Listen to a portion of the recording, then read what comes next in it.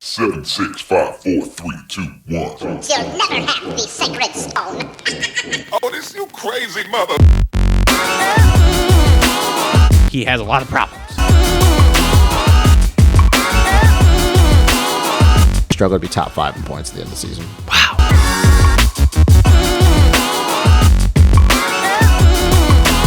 You bleach your hair, you're a sellout.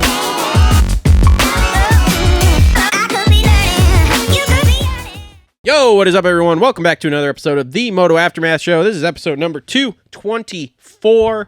We are here to wrap up Houston Supercross, first round of the East Coast 250s, and got a lot to talk about with that. Not so much to talk about with the 450s. We are going to have privateer hero Kevin Moranz on to talk about his career best Supercross finish. And outside of that, we've got a couple rants. We've got a couple other things. We got a TLR Tinfoil hat segment we're going to get into, so it's going to be great. Before we get started, let's just thank all the sponsors. So first off, show presented by Complete Racing Solutions. Check them out, CompleteRacingSolutions.com. Coach Rob will scientifically help you both on and off the bike become a better racer. You all right over there?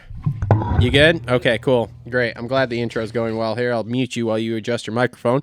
Also, presented by TLR Coatings. Check them out, TLRcoatings.com, Michigan's #1 custom powder coating shop. From two-tone wheels, motorcycle frames to small batch production jobs, TLR Coatings will powder coat anything the right way. If you're looking for some custom Cerakoting, they can do that too, so you can really have that factory look.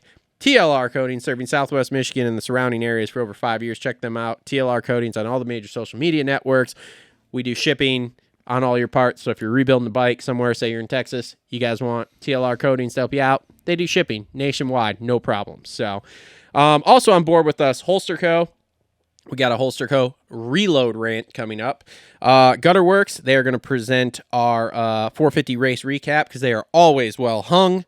We've got the JT Cycles on board with us. Adept Creative Co. going to be bringing you 250 race recap today.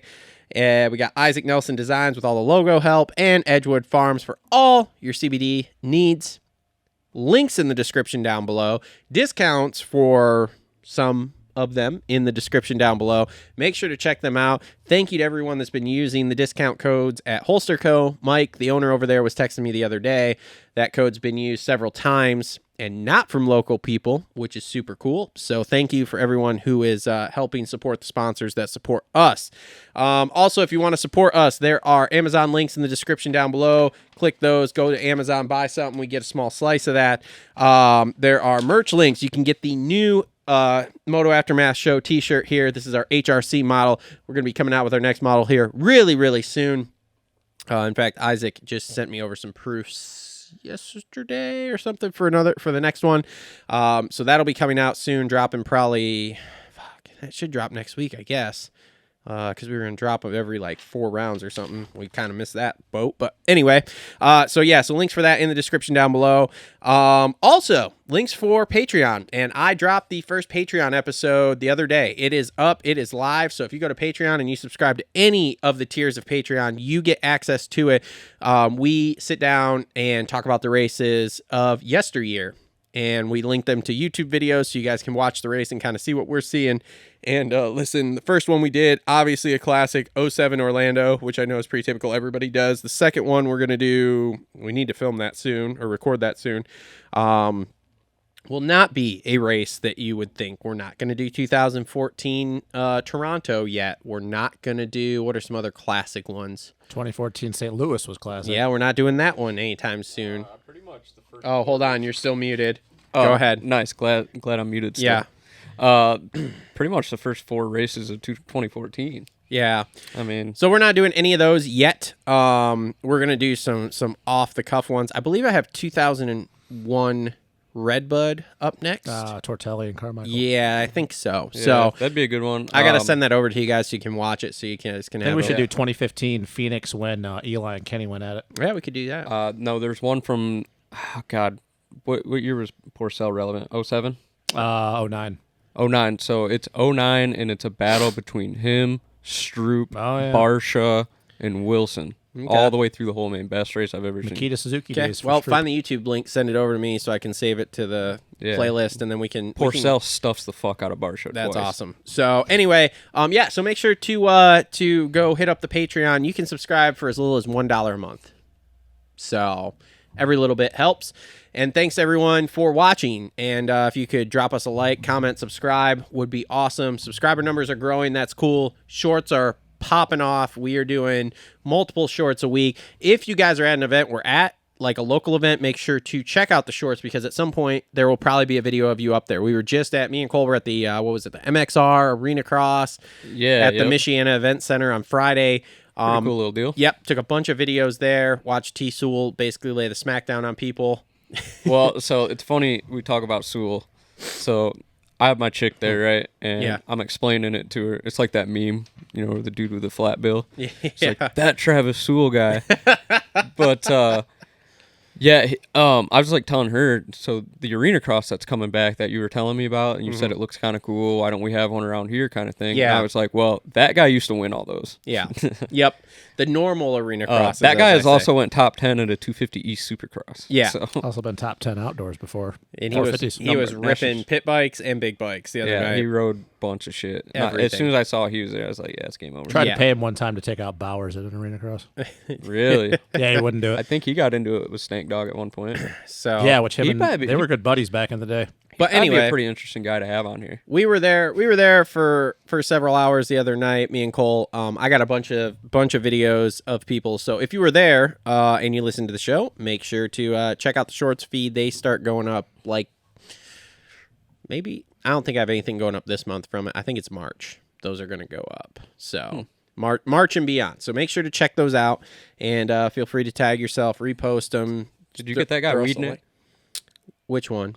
I got a few. I was telling him. Well, did you get the all 8 dudes falling on the start straight? Yes, on the finish line? Yes, I got that for C class. The dude on the KTM that just went, and then his bike went shooting across the place. Didn't get that one. Nope. I got a couple different block passes that ended, including a block pass where the guy behind fell. It was interesting. So anyway, I got some funny crashes and tip overs. Nothing serious, which was good. So, did you ever hear about anything happen with that girl the other night where they brought the ambulance in? Find out if anybody knows and listens to the show. Let us know. So, because there was a girl on Friday night that they brought the ambulance in. That was weird. I don't know what was going on with that, because they took her boots off and her goggles. So I'm not really sure. Anyway, hopefully she's okay. Yeah. She kind of stood up and then fell, and I saw her legs moving and stuff. So I don't know. I'm not sure. Anyway, in the studio with me here, normal co-host Justin, Cole. Hey boys. Hey. Yo, what up? This is a big money show now. We have made $12 off our shorts so far this month. It is the 5th here, so we're doing big things. Yeah. Look out. Expansion coming. By next year, we're going to be able to afford another GoPro. It's going to be sick. So, anyway. We're going back to the roots. Going back to our roots here. Hopefully. The budget's really low.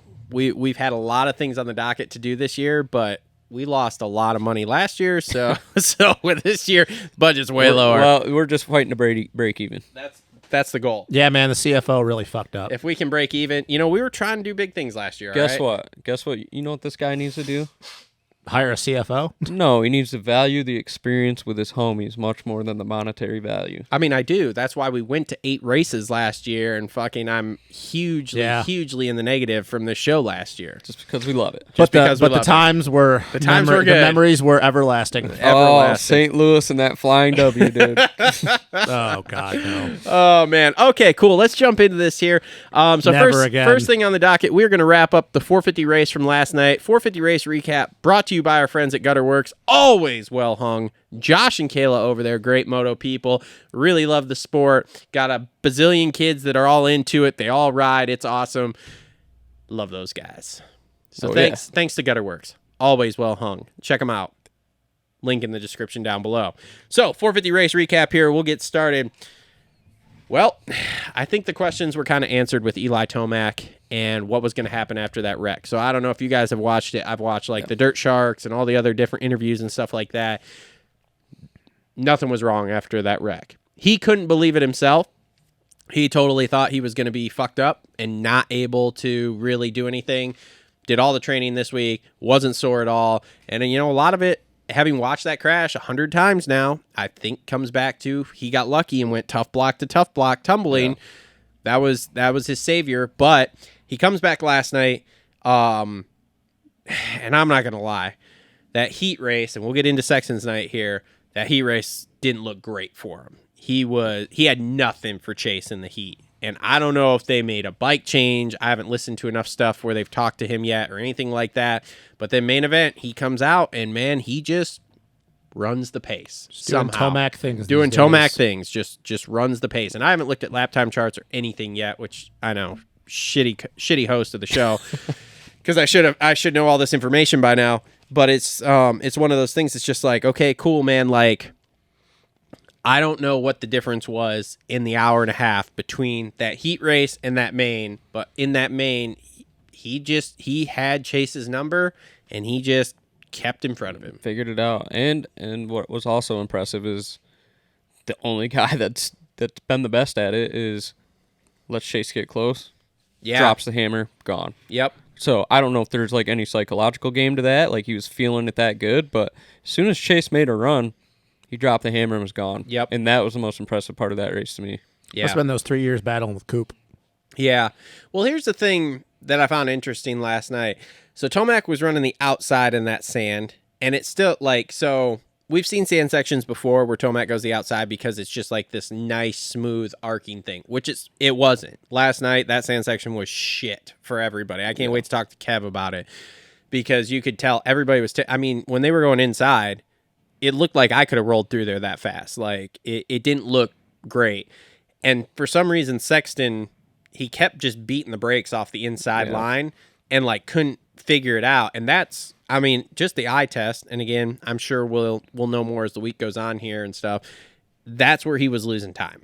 Like, that was what was costing him being able to catch Tomac. And then I think by the time that broke in enough for him to actually run it at a decent pace and not lose a bunch of time, then the rest of the track had broke down enough that he could not make up the time that he was making up in the laps before that. Because we all saw it, like, about midway. Like, he was close, and he was right there to, like, try to make a move, but just couldn't quite get it enough in the sand. And then he'd get into the rest of it, and it was just like, oh, shit. I think he was hoping that third roller would get flat enough where he wasn't getting any lift, and he could just drive into it. But even then, though, with the way it flowed to the outside, like, you were still going to have to lean in coming out of that corner, whereas Tomac, like, he could start straightening out after the apex of it. Yeah. And I was just sitting there going, every lap he'd do it. And I'm like, dude, like, first off, the berm actually in that corner didn't really start till the second roller. Yeah. Because you couldn't really lean in at the start of it as you entered into it. And I'm just like, dude, with how hard you have to angle it to even, like, straighten a little bit, you were tiptoeing around that as far as you were to the inside. Whereas Eli, he was literally going to the outside, and then right as it started to roll through, he'd start to lean in already. And then by the time he hit the apex, he would already start carving it really hard. Yeah. And that literally was where Chase, because in the whoops, he would catch Eli every time. But that section, I think it truly came down to that section. That was where he was losing time every lap. And another thing, too, is if you noticed, this happens every time you do sand sections, especially deep beach sand, how much sand was getting carried onto that straightaway. Mm-hmm. And you could tell when Chase would pivot out of that, he would start to lose a little bit of grip every time because all that sand was getting pushed to it, where Eli, he was already straight going down that as he exited the corner. Mm-hmm. And I think that's what it came down to. And I think by however many laps they did last night, call it 15 minutes in, I think Chase realized he wasn't going to catch Eli. And he's just like, all right, whatever. But I think this is where Eli's at in his career now, because let's look back before 2020. Eli goes and has a heat race like that. Granted, it didn't happen that often, but he goes and has a heat race like that where he just gets dropped. Yeah. And let's not get it twisted. Homie got dropped. Yeah. Like, that's why I made the comment in the group text. I'm like, uh-oh, these boys are in trouble. Because we haven't seen that since, like... Put 7 seconds on him. So we haven't seen that since, like, Stu RV days in the heat race where you put 7-8 seconds or whatever. And then you put, like, 3 seconds within the first 4 minutes. Mm-hmm. So... I think that the old Eli would get frustrated and he would not ragdoll himself into the ground because, once again, Eli's never been a crasher, but you just see those mistakes that would compound and compound. And this is just where Eli's at. Fucking how many titles in how many years now? He just, it sounds really basic as heck, but he just knows how to win races now. Yeah. Well, and let's put it this way. Vet mentality, bro. Yeah. I mean, dude, he's 30, and how many titles has he won since 2019? How many titles are we going on now? Yeah. Imagine this is just a shift in our sport to where guys can win when they're older. I think that's God, that'd be great. I'm sick and tired of these dudes like retiring at age 27. And we'll bring this up. I'll make note of it in our later section. But yeah, just the narrative's kind of changing on pushing guys in and like this doing all the laps thing has been more pushed. That has been really pushed really hard this year. It's good though. So yeah, I think it's a good thing. Great thing. I was gonna say, and we can talk about Sexton here too. So like that heat race, I mean, you sent the text, and I'm here to tell you, when Ricky and DB are on the broadcast saying the things they're saying there, you know that was impressive. Because I mean, dude, Chase got behind him and rode behind him for what? Not even 2 laps, and was just like picked his spot, which was through the whoops, and was just like, "See ya, bitch." And he was gone. I think I was actually more impressed in practice that he was at 2.4 seconds faster than second. That was crazy too. What was it, like 50.4, and then Yeah, He was 2 seconds still faster. over a second faster at the end. But then I'm sitting there going, where the hell is he making up all this time? And I know they he showed was, it. And Then I they know showed he, it. yeah, and I know in the whoops too. Like that was a big part of it, especially that on-off section after you come back across the start, and then everybody figured it out. But the whoops, but I'm sitting there going, I haven't seen somebody put 2 seconds on second place in practice In a long time. since like Stu. Yeah. And that was funny when Ricky made the comment. He's like, yeah, man, and I think it was in the main when Chase couldn't get around Eli. He's like, yeah, dude, I've just been like smoked. And you know he was talking about Stu in the heat race, and then I just like I'm depleted mentally, but also a lot of props to Chase because he could have pulled a Chase Sexton and imploded in that main event. And because I think last year's Chase Sexton tries to go after Eli, ragdolls himself into the ground, and here we're sitting up here on Sunday going, well, Chase Sexton pulled another Chase Sexton, and he's out for a few rounds. Yeah, Sexton showed some maturity too, in my opinion, because it looked like he was making the charge. Had a great lap, closed the gap a little bit. So they put the camera on him, and in that lap, he made 2-3 good mistakes. One coming out of the sand on the inside line. I think there was something else he did, maybe a little swap in the whoops or something. Got a little crazy. That in the rhythm whoops. section before the finish, there was a few times where he was like a little, yeah. Yeah, so I think he showed some maturity and was like, all right, well, you know, I'm just gonna ride it in tonight because if I ride like I do in that heat race in a main one of these nights, he ain't touching me. All it takes is a start. All it takes is a start from him. I was truly thinking after that heat last night, I'm like, this may be the changing of the guard that we've seen. Yep, just like you go back to like when Ricky passed McGrath at whatever the hell race it was. Yep. And different times like that.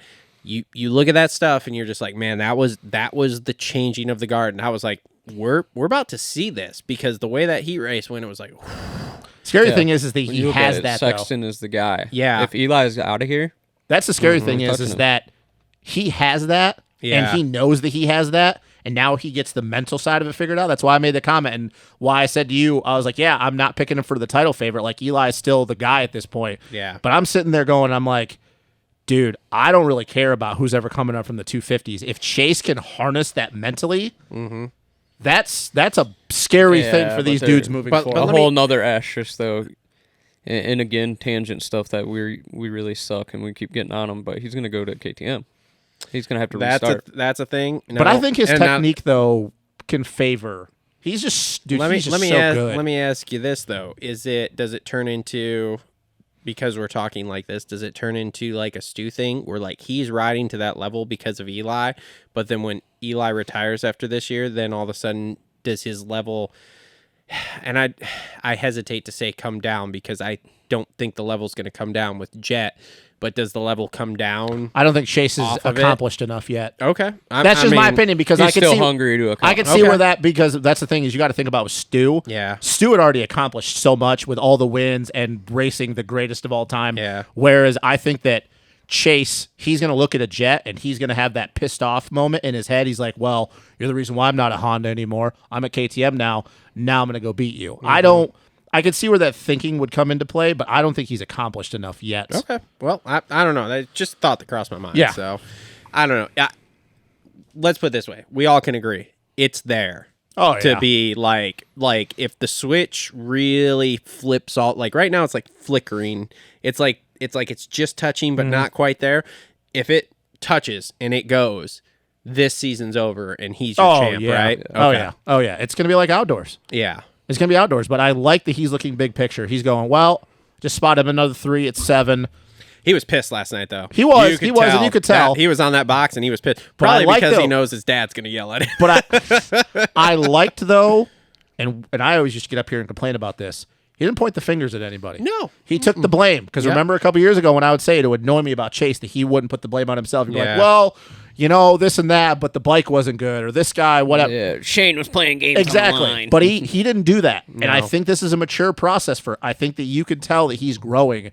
And look, man, if Chase is going to be in this till the end, if it's anything like outdoors, dude, we're good. We're golden for content. Ain't that crazy to think about? That we have that aspect in our sport where we watch people mature, like that on the maturity side of things, where these guys come in at 16 and they're punks. Every single one of them, dude. I mean, we're going to get to this with a guy later. I don't know what place, but a Kawasaki guy. We're going to talk about it. Maturity, putting in all the laps. Yep. So yeah, I think that's such a cool part of our sport that people need to experience or take note in. You know what I mean? I hope that a lot of these young guys that are still in the 250s, but then that are eventually here the next year or two going to the 450s, could look at Chase, and they can even look at Eli late into his career and look at AC and look at all these dudes and realize that, hey, man, it's okay to just do all the laps. Yeah. You got to be healthy. You got to be healthy if you ever want to win a championship. Yep. All right, so Ando gets third, and quietly, and that heat race was. So this is where, like, I don't look at the Sexton sand thing as like a big deal, because that sand section ate so many dudes last night. Everyone was like, it fucking sucked. There was not one person. I like it. I mean, it was cool. There was not for one us. person that I don't think didn't have an issue in that. Yeah, so like, I don't. Jesus. I watched him go around it in one lap, and I'm like, holy fuck, there's that MXGP guy. Oh yeah, I mean, he looked fine in it. But we'll get to that. But anyway, Justin's horny now. But yeah, but it was a quiet third. That heat race, though, man, I really felt like he was holding everybody up. Like, he won it, but for the first half of that, I was like, man, he is holding up Coop. He's holding up, what was it, AP, everybody that was in it, because they were all bunched, and I'm like, oh, man, he is just so all over the place that they're like, I don't even know where the fuck to go to get around him. That interview concerned me a little bit on the podium. I didn't pay attention to it, I guess. He looked a lot like what he did all of outdoors when he was getting beat by 45 seconds, where he's just there was a point I was just going to bring up. His head was down, and he just like really low tone. He's like, yeah, man, like I just, got third. It's good. Like those guys are just, and I'm like, man, I know that Ando's not a really like pumped up guy, but when you're sitting there and you are just monotone and you're just like, yeah, I guess he won 2 of those, or he won that main last week, so like he can. But I think that he's looking at it. It's just like outdoors, man. He was kicking ass last year, and these two took a step up. But I think he's looking at it and he's going, man, now I got to up my level again. And I think after last year winning so much, I think that he thought, okay, this is the bar. Yeah, this is the bar, and I'm better. And then I think he's going, dude, now I got to go again, and once again, Ando, we can talk about how sketchy he gets sometimes with his racecraft, but he's not a guy that crashes a lot. And he's not a guy that really takes chances in the sense that I'm going to go to my red and then go beyond that red. That's why he hasn't been hurt a lot in his career. And if he's sitting there going, well, this is my max and it's not good enough, that concerns me a little. That's just what I got. I don't know if you guys will go back and watch that interview. Watch it for sure. But that's what I got. Maybe I'm totally wrong, and I was just reading the situation. But it just reminded me a lot of outdoors. He was like, "Yeah, I was just good enough to get third." And then when a guy like Ando just basically saying, "I'm just good enough to get third," he's already done. Like he's already done it, and we're only round 5, or whatever, round 4. And he might be mentally. Anybody think that bike, even though it's the same one, that they've taken a step backwards with it this year? Anybody think that's the issue? No, honestly, because that thought has crossed my mind. Honestly, already. I just think that right now Chase and Eli just kind of like. Maybe. I'm not disagreeing with that because I guess I haven't paid close enough attention to like because I looked at how his races have gone, and I don't think it's been the bike. But I just think this is where Chase and Eli are at. I think that right now Chase and Eli have elevated to a level that we haven't seen since Ricky and Stu. As far as being better than everybody else. Because I don't even call RV and Dunge because RV was just faster than Dunge all the time. Dunge was just more consistent, I guess you could say sometimes.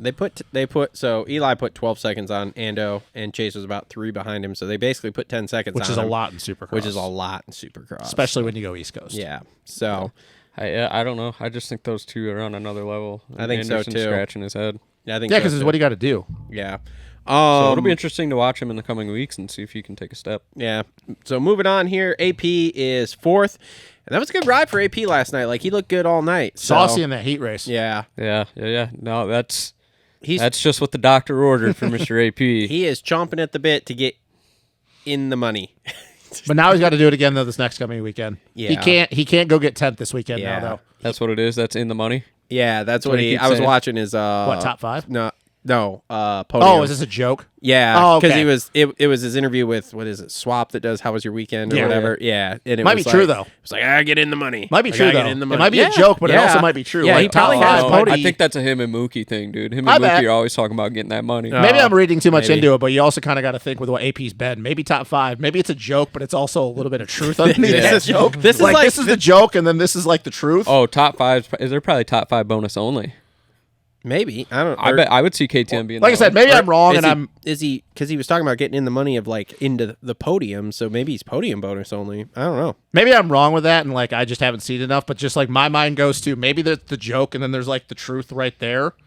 But hey, you know what would be great? If they actually talked about If they fucking talked about their contracts. That'd be so cool. Oh my it's god, it would open so up cool. such another. never gonna Oh, happen. dude, Sorry, guys, I don't never even gonna get fired up. All right, and moving to his teammate there, which he did actually beat, which is impressive. Cooper Webb, 5th place. Do you guys think it was gonna be? I thought that track of all was that would be him. He And would that be is better. not what Roger ordered. No. No. So, No. I mean, we didn't really get to see a lot of him last night. Anybody got anything where he looked terrible? I heard something, Okay. This will be fun. and I don't know where. No, this is my buddy Rayboy T. Should we get the Oh, tinfoil boy. hat out? Oh boy. No, don't get the tinfoil hat out. He said he saw that they were testing in California this week, Webb and them. Okay. So and I think it was Webb. but- Craig was for sure. Craig for sure, but they set that bike up for West Coast stuff, and that track was way more East Coast. Man, sandy, dirty. that traction stayed in the dirt all All night, night. which was interesting.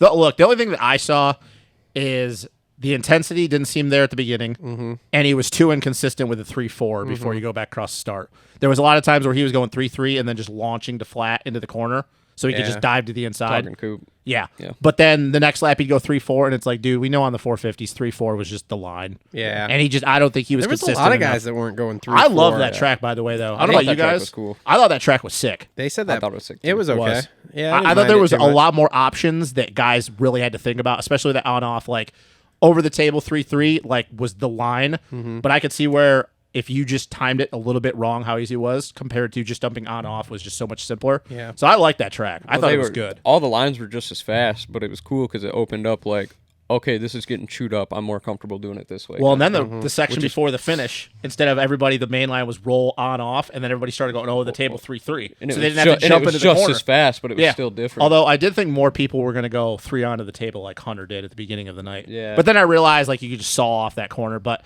anyways, that was the only thing that I saw. Just intensity and just inconsistency. yeah, and it's really weird to me too because usually this is where he excels on the East Coast stuff. Yeah. which is Yeah. Did you listen to Clinton's thing on Race Day Live at all? I did, but I don't remember. I might have been kind of sleeping through it. Well, And what I mean was, you I mean was Dan just, Hubbard didn't wake you up when he was yelling? Oh my God. Dude. All right, let's he's got not to go- let's he's not got go to there. take Let's some not go there. Dramamine or Yeah, something. Let's not go there. I made a mean tweet. I took it down. Thank You shouldn't have. I took it No, down. you shouldn't have. Now we look like Ando. Ah. AMA's in our pockets. Boy. I got to thinking. I was like, ugh, I'm a little Sean hard. Brennan. Beep. You know. Anyway, never mind. Anyway, cat. Clinton, get out of here. Clinton, he made a good point that Webb starts those beginning lines, he like those super far inside in the beginning of Yeah. the race. And by the time it gets past halfway of the race, that's when that line is just getting broken in. Yeah. And that's why he is so much faster in the second half of the race. Yeah. And he's only been fastest qualifier 4 times in his career. Yeah. Only set the fastest lap time in a main 12 times. his whole career. Wouldn't surprise me. It's like super interesting. And then he went as compared to Roxon, who was fastest qualifier a million times. Yeah. And that's accumulated 0 Supercross titles. But yeah, Yep. Yeah, but it was super interesting. No, yeah. It really makes you look at Coop and really respect how he's figured out how to win 2 titles. the problem is that I just don't know if Coop has that level when Eli and Chase I ride don't like think that. so. That's the problem. Like, you can be consistent all you want, but at some point, dude, if you're going 2 seconds a lap slower on your fast lap, like that's gonna be That's gonna be a problem. I think Chase and Eli are. This they're on a series high might end level, up turning. It might turn into outdoors. Yeah, where this is the Chase and I was Eli gonna show. say, I'll be really honest. I don't see. Does anybody see Webb getting in here at all? No, I would love to see it. It would be awesome for the sport, but Yeah. I truly don't believe he can go with those guys. not when they ride like that. And the thing is that we know that they can do that. Yeah. Granted, Supercross outdoors, but because we've seen those two elevate each other, Yeah. I just don't see anybody else. Because even if I look at Ando at his best moments last year, okay, maybe one of the rounds he could run that pace, but he ain't gonna be able to do that every time. And that's the thing is, we know that Chase and Eli, especially if Chase has found this newfound maturity, how are you gonna do that? How are you gonna go 2 seconds off? And I keep harping on that, but it's because Chase did it so many times last night. I just don't see how any of these dudes are gonna elevate. And honestly, these other guys, this might just be a battle for them of who can get third. Yeah. Yep. All right. So moving on here. So Barsha is 6th. Okay. So they follow. Let's just go here. So they followed Barsha on like a lap or 2 during qualifying. Wait, what? The amount of movement going on for how slow it noticed is unfucking real. Like, bro, this is like, have either of you started listening to the Craig on Gypsy Tales thing? No. So he's talking about Danger Boy and his revving or whatever. Yeah. Whole nother topic, and we can get into that later.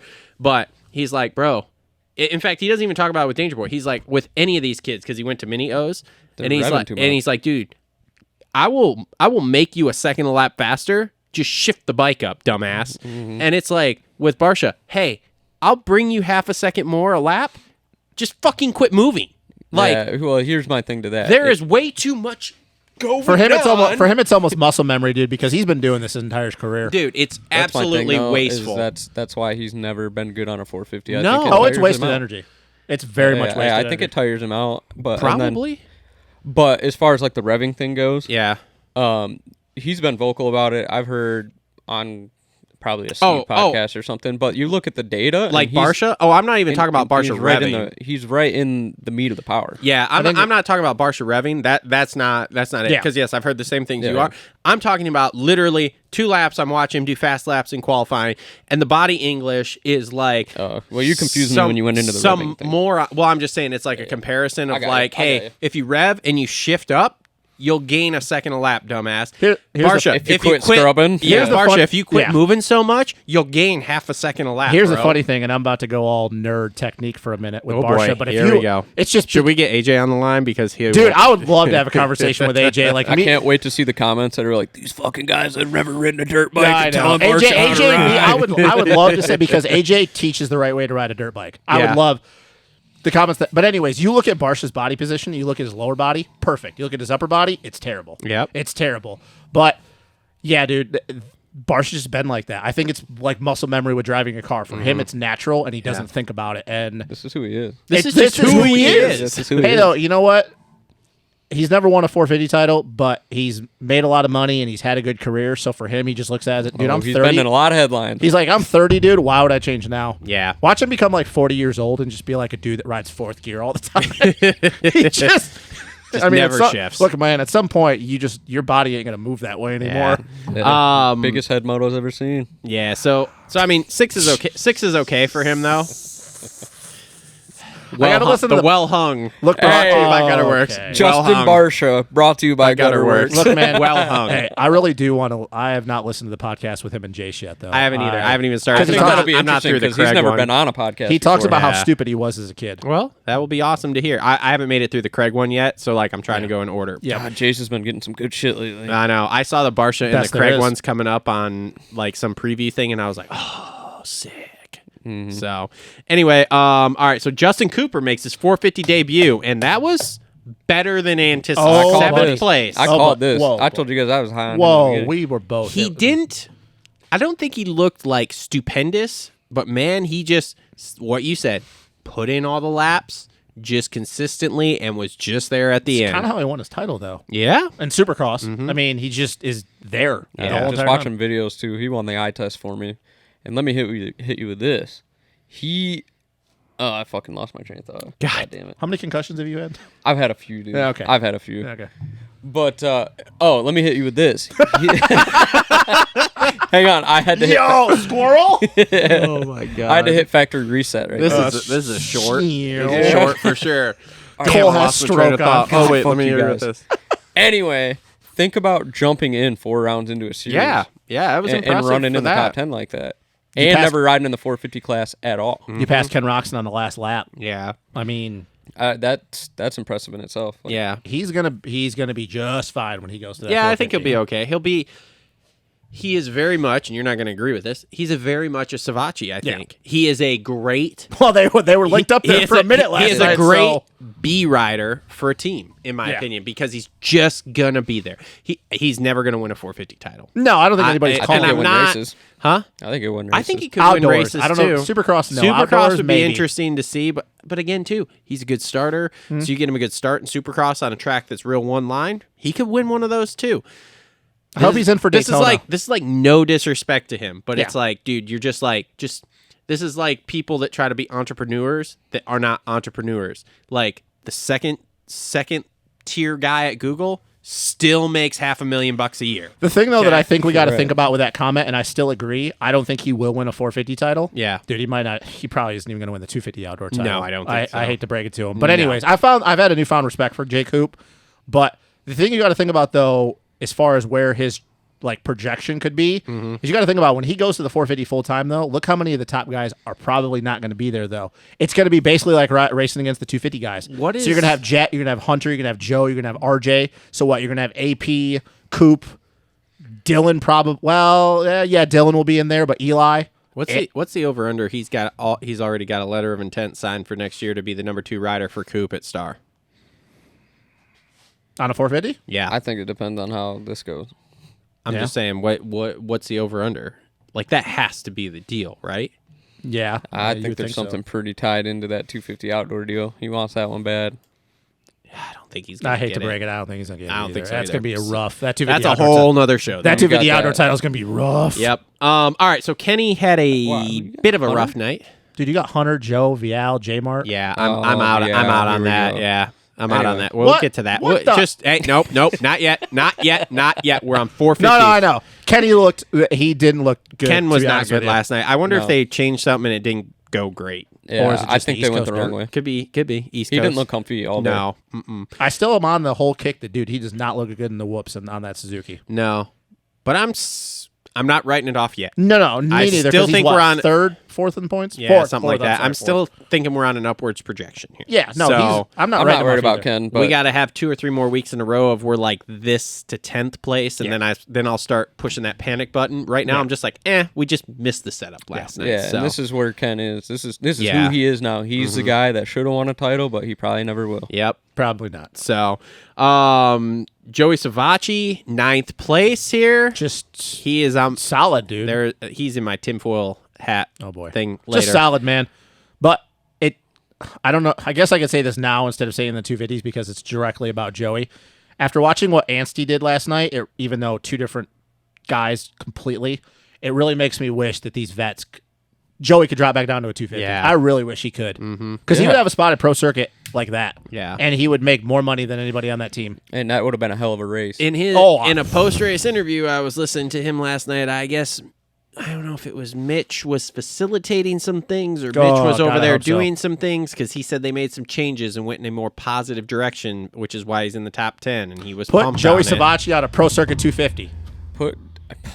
Put Joey Savachi on a pro circuit 450. Ah, Is yeah. what that thing is going to be. That's what it is. Yeah. I mean, that's what it is right now anyway. Because Mitch Like has Rick built Ware's those bikes. Rick yeah. Ware's name's on the side of it, and Mitch is backdooring shit. Yeah. You also look at Joey too, and he hasn't had one of those big moments yet. He's just been. I think he's another dude. Just put all the laps in, man. Yeah. Just trying to finish because what he's 10, 10, 9, 9. Yeah. I and like that narrative, dude. I do. He's Just only put got- the laps in. He's only got 4 more of these supposedly. I mean, and here's the thing. So what? You're gonna go to Tampa, then you're gonna go to Oakland, Arlington, Daytona. I think he can do the exact same thing in the next 4 rounds. Yeah. I mean, there's no data to show through the first 4 that he can't do this for the next 4. Here's my thing. If Mitch is helping him out this much, how do they not put that bike on the pro circuit truck and just take it Ric to Flair the shit. Yeah, because it's Yeah. like, dude, what's going?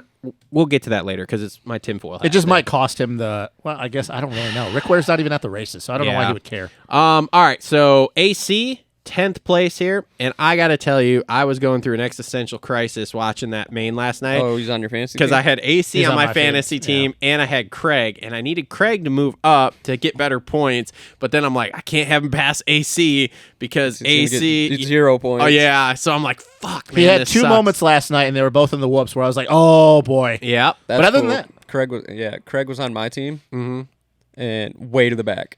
Justin Hill was on my team, 12th place, dude, maxing out. Restart. Hill goes to 10th, or no, Hill goes to 18th or whatever, and Craig goes to 10th. Yep. Fuck me.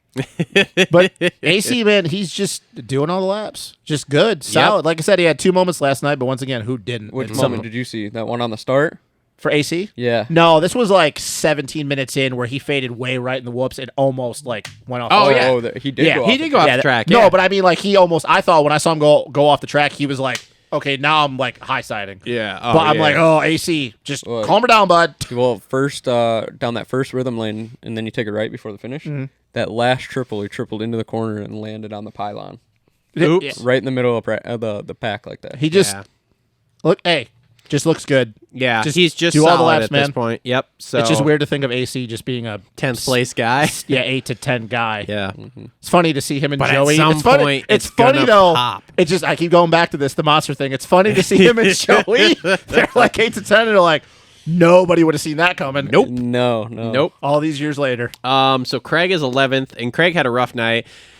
Going back to fantasy there, watching that first start, and I just I was see like, him the only eat, fucking white bike down. and I just see him eat shit going up the tunnel jump, and I'm just like, well, fuck my life. And then the restart, and I'm like, thank you. Hell yeah. And then it was like staggered restart. Yeah, and then and I'm like, fuck. yeah, exactly. You think, I was like, yes, here we go. You think he's a little bummed out seeing Jay Coop jump into the series like that and go get 7th? Probably, but again, I think it's that bike. Well, that's my point why I thought Jay Coop would be good, because he's not going to be searching for a Yeah. bike setup. That bike, we saw Eli, Dylan, whatever. But yeah, if I'm Christian, I'm probably not super pumped that Jay Coop jumps in and get a 7th. So I give Craig a lot of credit because at no point has he pressed it on No. the team. He's took it all on the chin himself. We get to round 13 though, and we're still having an issue.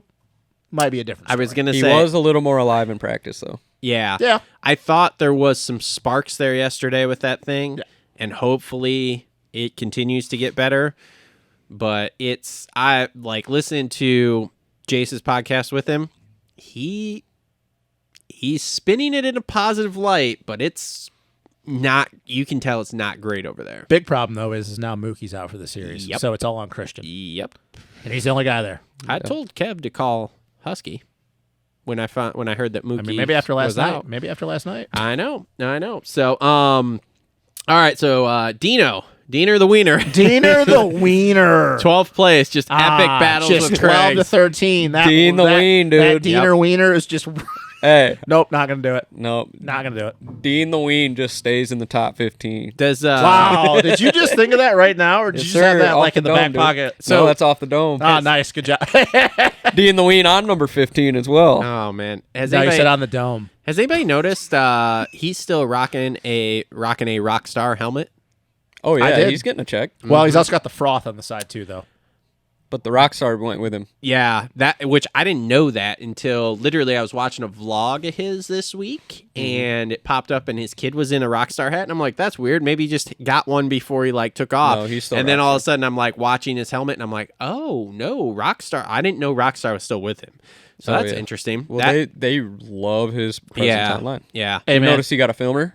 Yes, I did. I did Yeah, notice good, that because him doing his own vlogs, they're funny because Dean just has a personality like nobody else. But God, sometimes they're like, there was one I was watching where they had left. They went to, it was him, Martine, Max, and Wilson Todd, and he was like filming himself, and it was just him driving in the Sprinter, and it was the most awkward thing because the camera's just on him, and he's just not saying anything. He's just driving along, and he's like talking to himself, and I'm like, oh, dude.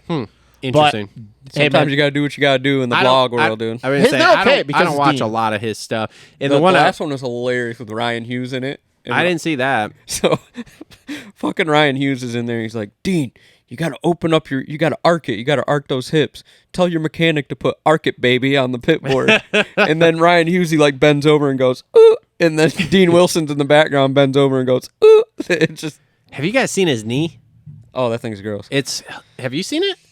No. Dude, Oh, it's that like thing's there's bad. like a second knee growing out the side of his knee. It's terrible. Well, you know, he's had like 13 I know. knee reconstructions.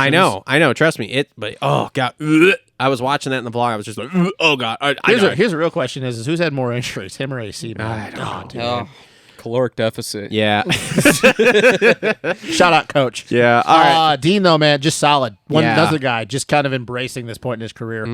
Which I think's great. Like, Yeah, good for him, man. I think he'll be around. He said he's missing his setup a little bit.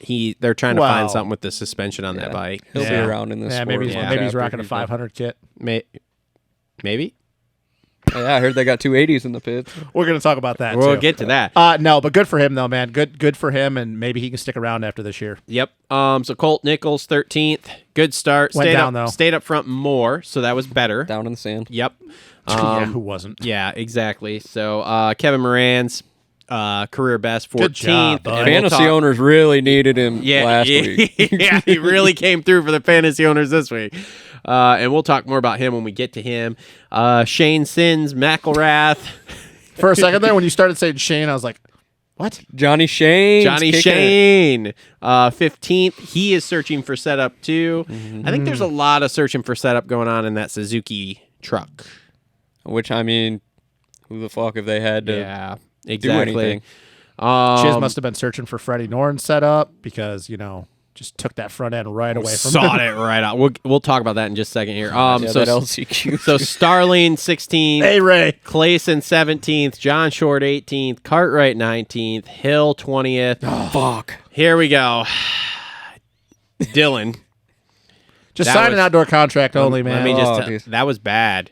That was not that good. was- I saw him not moving, and I'm like, that's not fucking Every good. time I see him in Steve a- said and then he the neck didn't brace. move for a long Well, dude, time. he just like literally landed, but his neck was kinked when it landed. All I'm thinking of is his neck and dude, his concussion. Oh, see, I thought the way it looked when they showed the replay, I thought it looked like he got spun around and his helmet, like his chin, maybe, caught yeah. on the ground and like pulled his head like this, which isn't good either. Dude, every time I see somebody in a neck Rotational brace, impact's what gets you. Yeah, it was. every time I see someone in a neck brace, man, I get bad flashbacks. I've seen too much of that stuff. Here's the thing.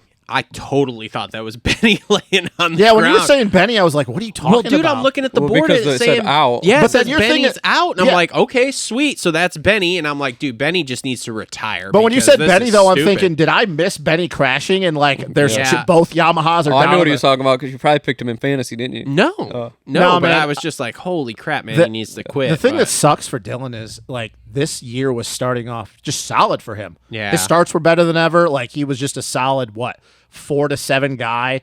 I know he wasn't in the points or whatever, but like he was like 6th in the Yeah. points. It's like I don't know what else he had to do. Like he once again, and we talk about doing the laps, and maybe that's not the same thing for him, but he was toning it back.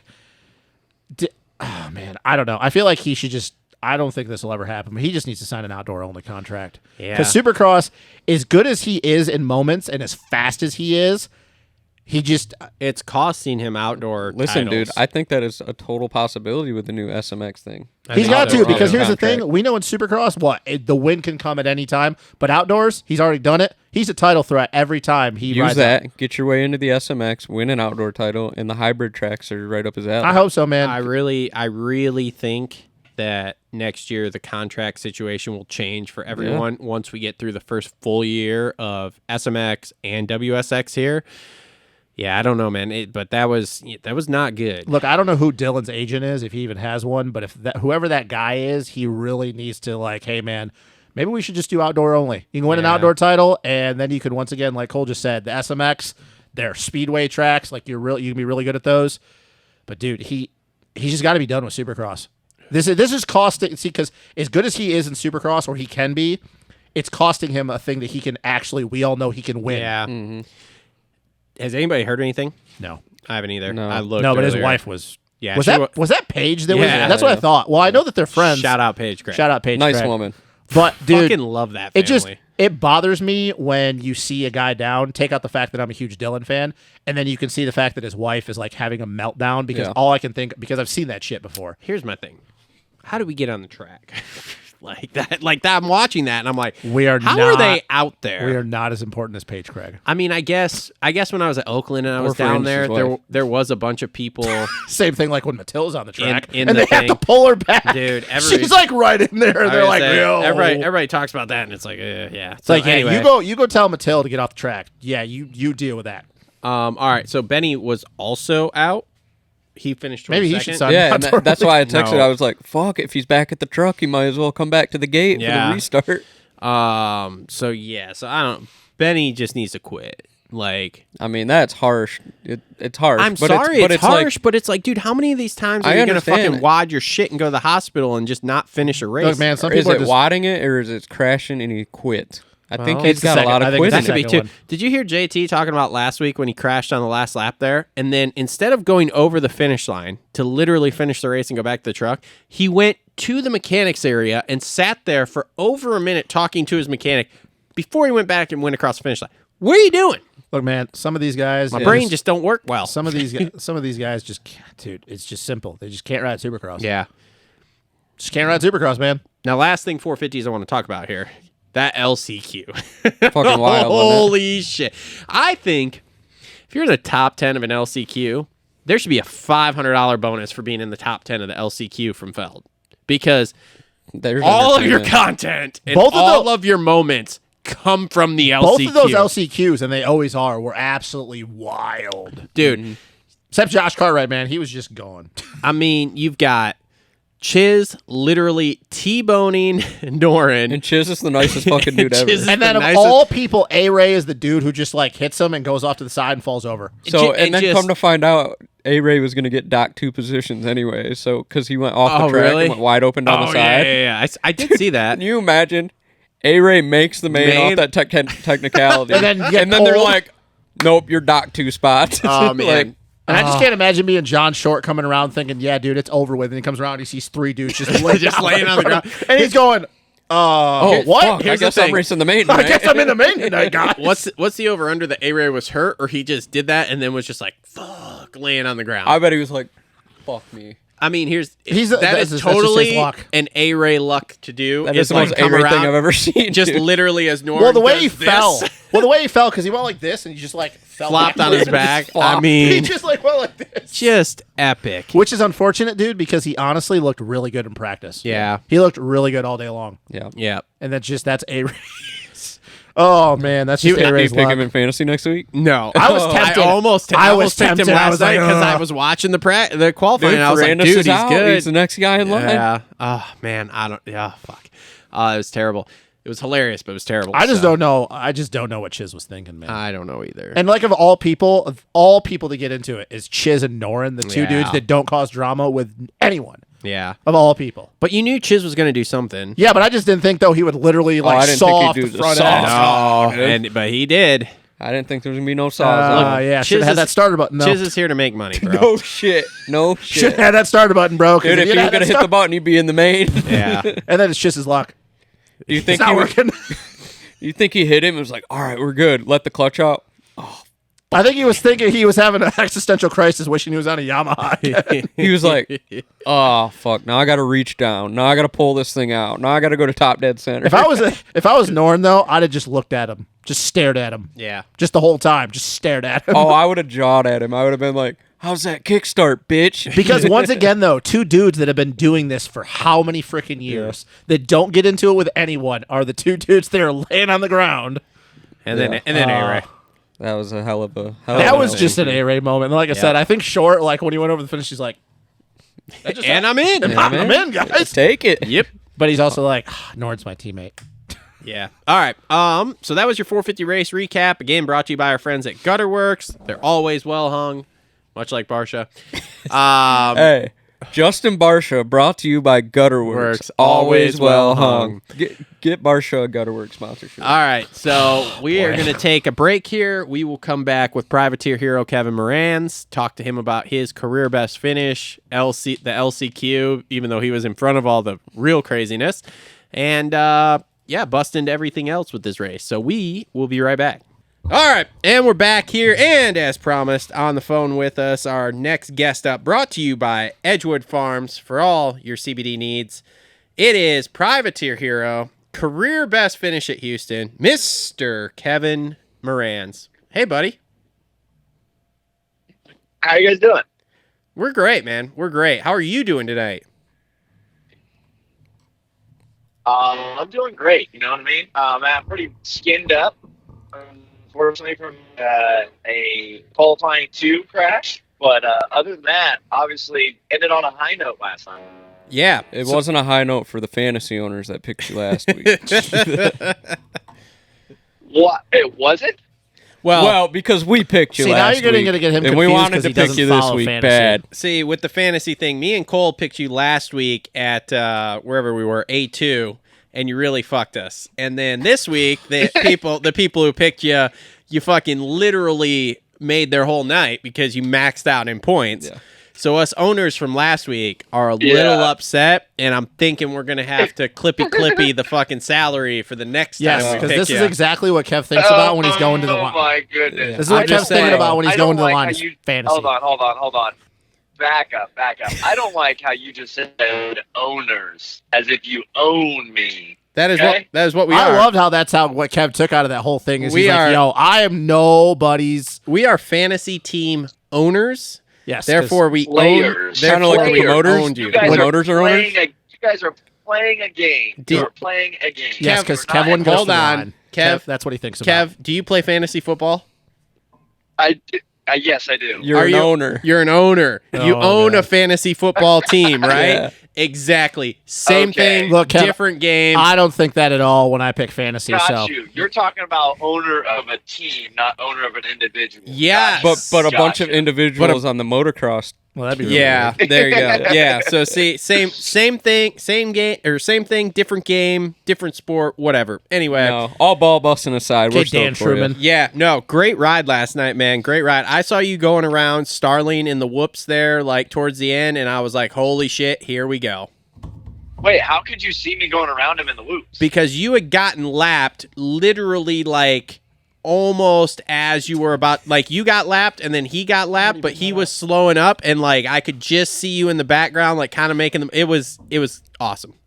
I could see it. Yeah, dude, because I was in 17th for a fat while. They got around a couple guys. Or no, I mean, obviously I was like 20th, and then got around Cartwright, Clayson, pulled away from them, and it was coming up on Starling, and then Starling and I literally just like yo-yoed the whole time. Then McElrath went down, and he got going again right behind me, so I knew he was going to be coming on me.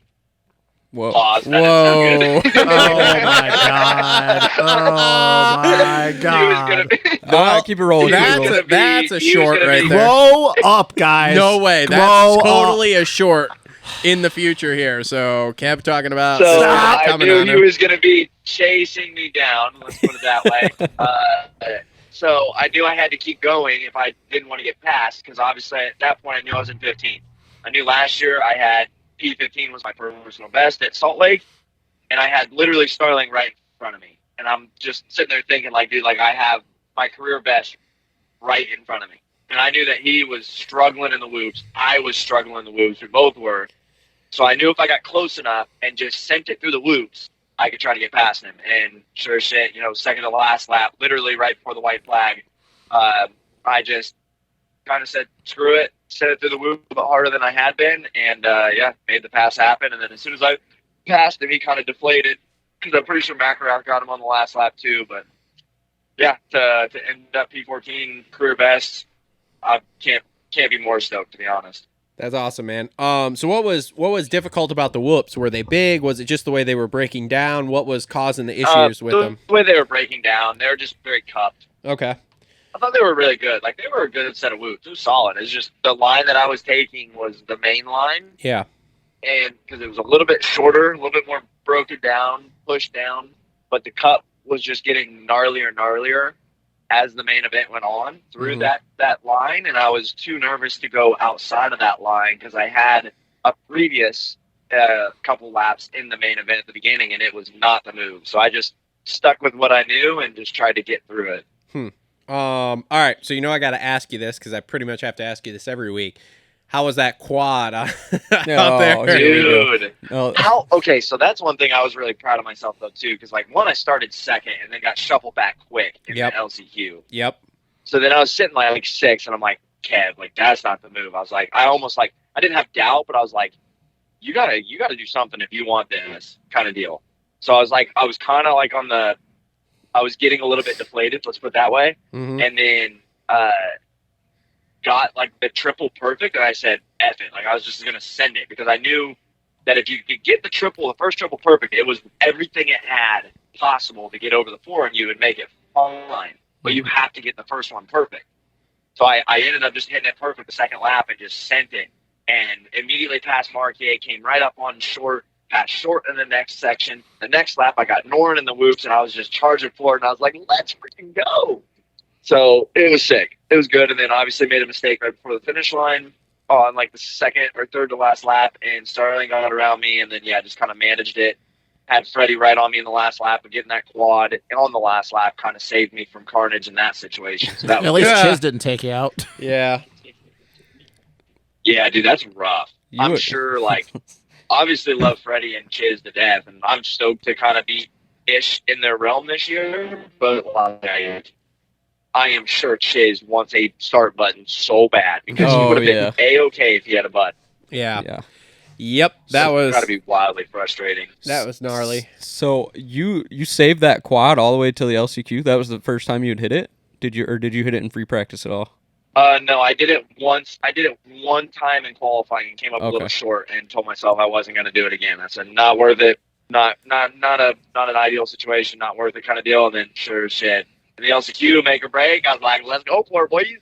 So did you carry that over into the main as well? So obviously you moved from 20th up through the pack. So the biggest thing was that I couldn't really do it in qualifying, and I did it once in qualifying, and it scared me, is because it was rutted, right? If it's rutted, you have to not only get the triple perfect, but you have to be perfectly in the line. You can't cross rut or be off balance at all to get that distance. No, thank you. You literally have to be perfect. I heard it was 75 feet. In qualifying, it was tough because there was ruts. Like, I was B practice. I got screwed over by Cooper coming in, and they bumped me out of A. Oh, is that what happened? Because I was going to ask that too. Yeah, pretty much. I mean, I'm not supposed to say that, but yeah, that's pretty much what happened. It's all right. They're all about you on race day live, helping you out. To an extent, understandable. I'm not stressing it, but yeah. So by the time I got out there, it was even worse. And then, but in the LCQ, it was obviously fresh, so I hit it. And then, thank goodness, they rebuilt that transition and the other transitions going back before the whoops, before our main event, which made life so much better and safer. So, like, super happy that they did that. So yeah, I was pulling the quad, I'd say 70% of the time in the main event. Yeah, you think that was a big key to what helped you make up time? I think so. Yeah, because that's how I would.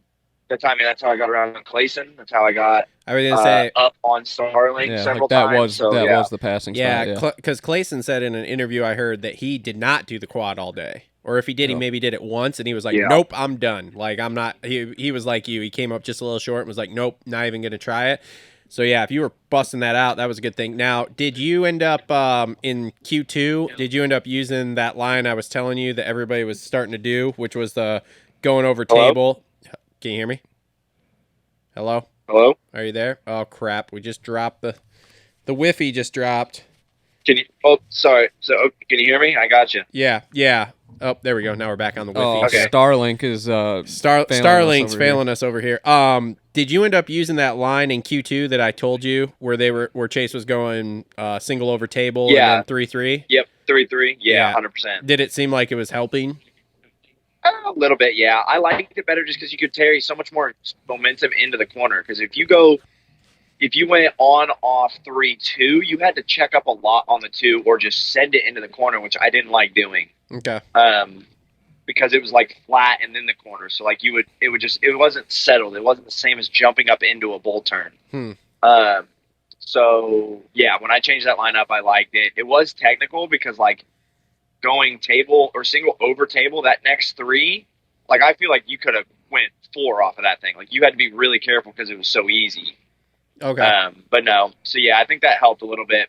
But they changed up the track a little bit and they worked on that transition to make that line more reasonable because everybody at the beginning of the day was going on off 3-2. Yeah. So that makes me think of another point, and I want to ask you this, Kev. So after that first practice, Sexton was pretty much the only guy doing it, and then the second one, everybody comes out doing that over table 3-3. Yeah. And obviously, it's got to be Dartfish or the Ghost programs or whatever that is. Do you feel like those should be banned? Crazy. How do you know about this? I literally have never heard of Dartfish, and I heard Dartfish literally 20 times this weekend. Yeah, so Anderson. What is that? Yeah, I've heard that this is like a program where they can lay riders over each other to watch the difference. Yep. Yeah. So Dartfish, Anderson talks about it a little bit on some of like the Gypsy Tale stuff he's been on. But he goes into the truck in between races, and let's say Roxon's fastest and Anderson's third fastest at practice. They take those laps, lay them over top of each other, so Anderson can look at it and be like, oh, okay, he's soaking this up a little bit, he's going a little lower in this corner, or he's hitting this rhythm kind of thing.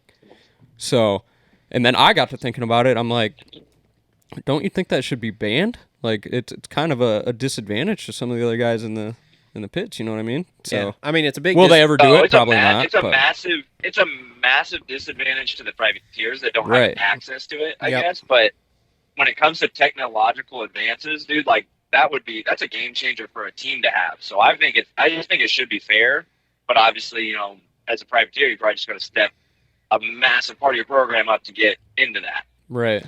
Yeah, my thing is like, I need to know, like, what's it cost? Where do you get it from? Like, what the fuck is it? Like, is it how do these teams get these laps from every other person? Like, they have a filmer filming literally every guy, but what if you don't get a guy doing his fast lap? Like, I'm confused. Well, it was kind of a thing that was unknown. I think it was a little bit of an edge for Anderson in his 18 season when he won that title, because he was talking about how he was in the truck with Bobby Hewitt looking at Dartfish and stuff, and that he's like a very visual guy. Like, if you show him a video, he can figure it out. Yeah.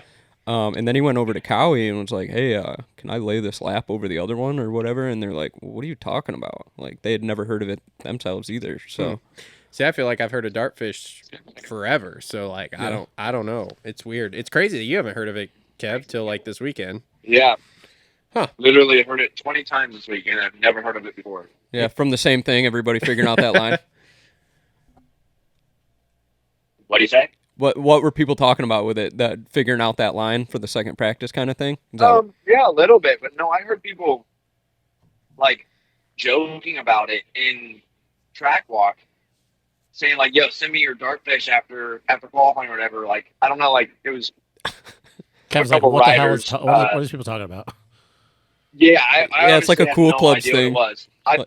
I thought it was like a joke. Like I thought it was something that had nothing to do with racing until now. Then I'm learning that it's how they lay riders over each other to look at the difference of times and laps that they have. I feel like that's fucked up, dude. It's like all the cool kids at school know this secret and don't tell everybody else. I felt like they could have came up with a better name too. That's a really terrible name. Yeah, I don't know. It's like, is it an app? Does anybody have anybody know? Nobody knows. Yeah, I don't really know. No, only the cool kids know. All right, Kev. Looks So, like we got some research for you to do. all right, Kev. So here's what I need you to do. So I'm going to need you to walk over to the Husky truck. I'm going to need you to tell them, hey, just got 14th. This is a good segue. I need to. Yeah, this is a great segue. I just got 14th. You have a guy out. You need another guy. I really want to know how to use Dartfish. And then boom, then we can figure out what the hell is going on And with then this Nate Ramsey Dartfish. comes back and goes, "We don't have that anymore." Yeah, exactly. What? So, You there? yep, we're here. Oh, yeah, Okay. yeah, we want you to ask Nate Ramsey about No, Dartfish. I heard.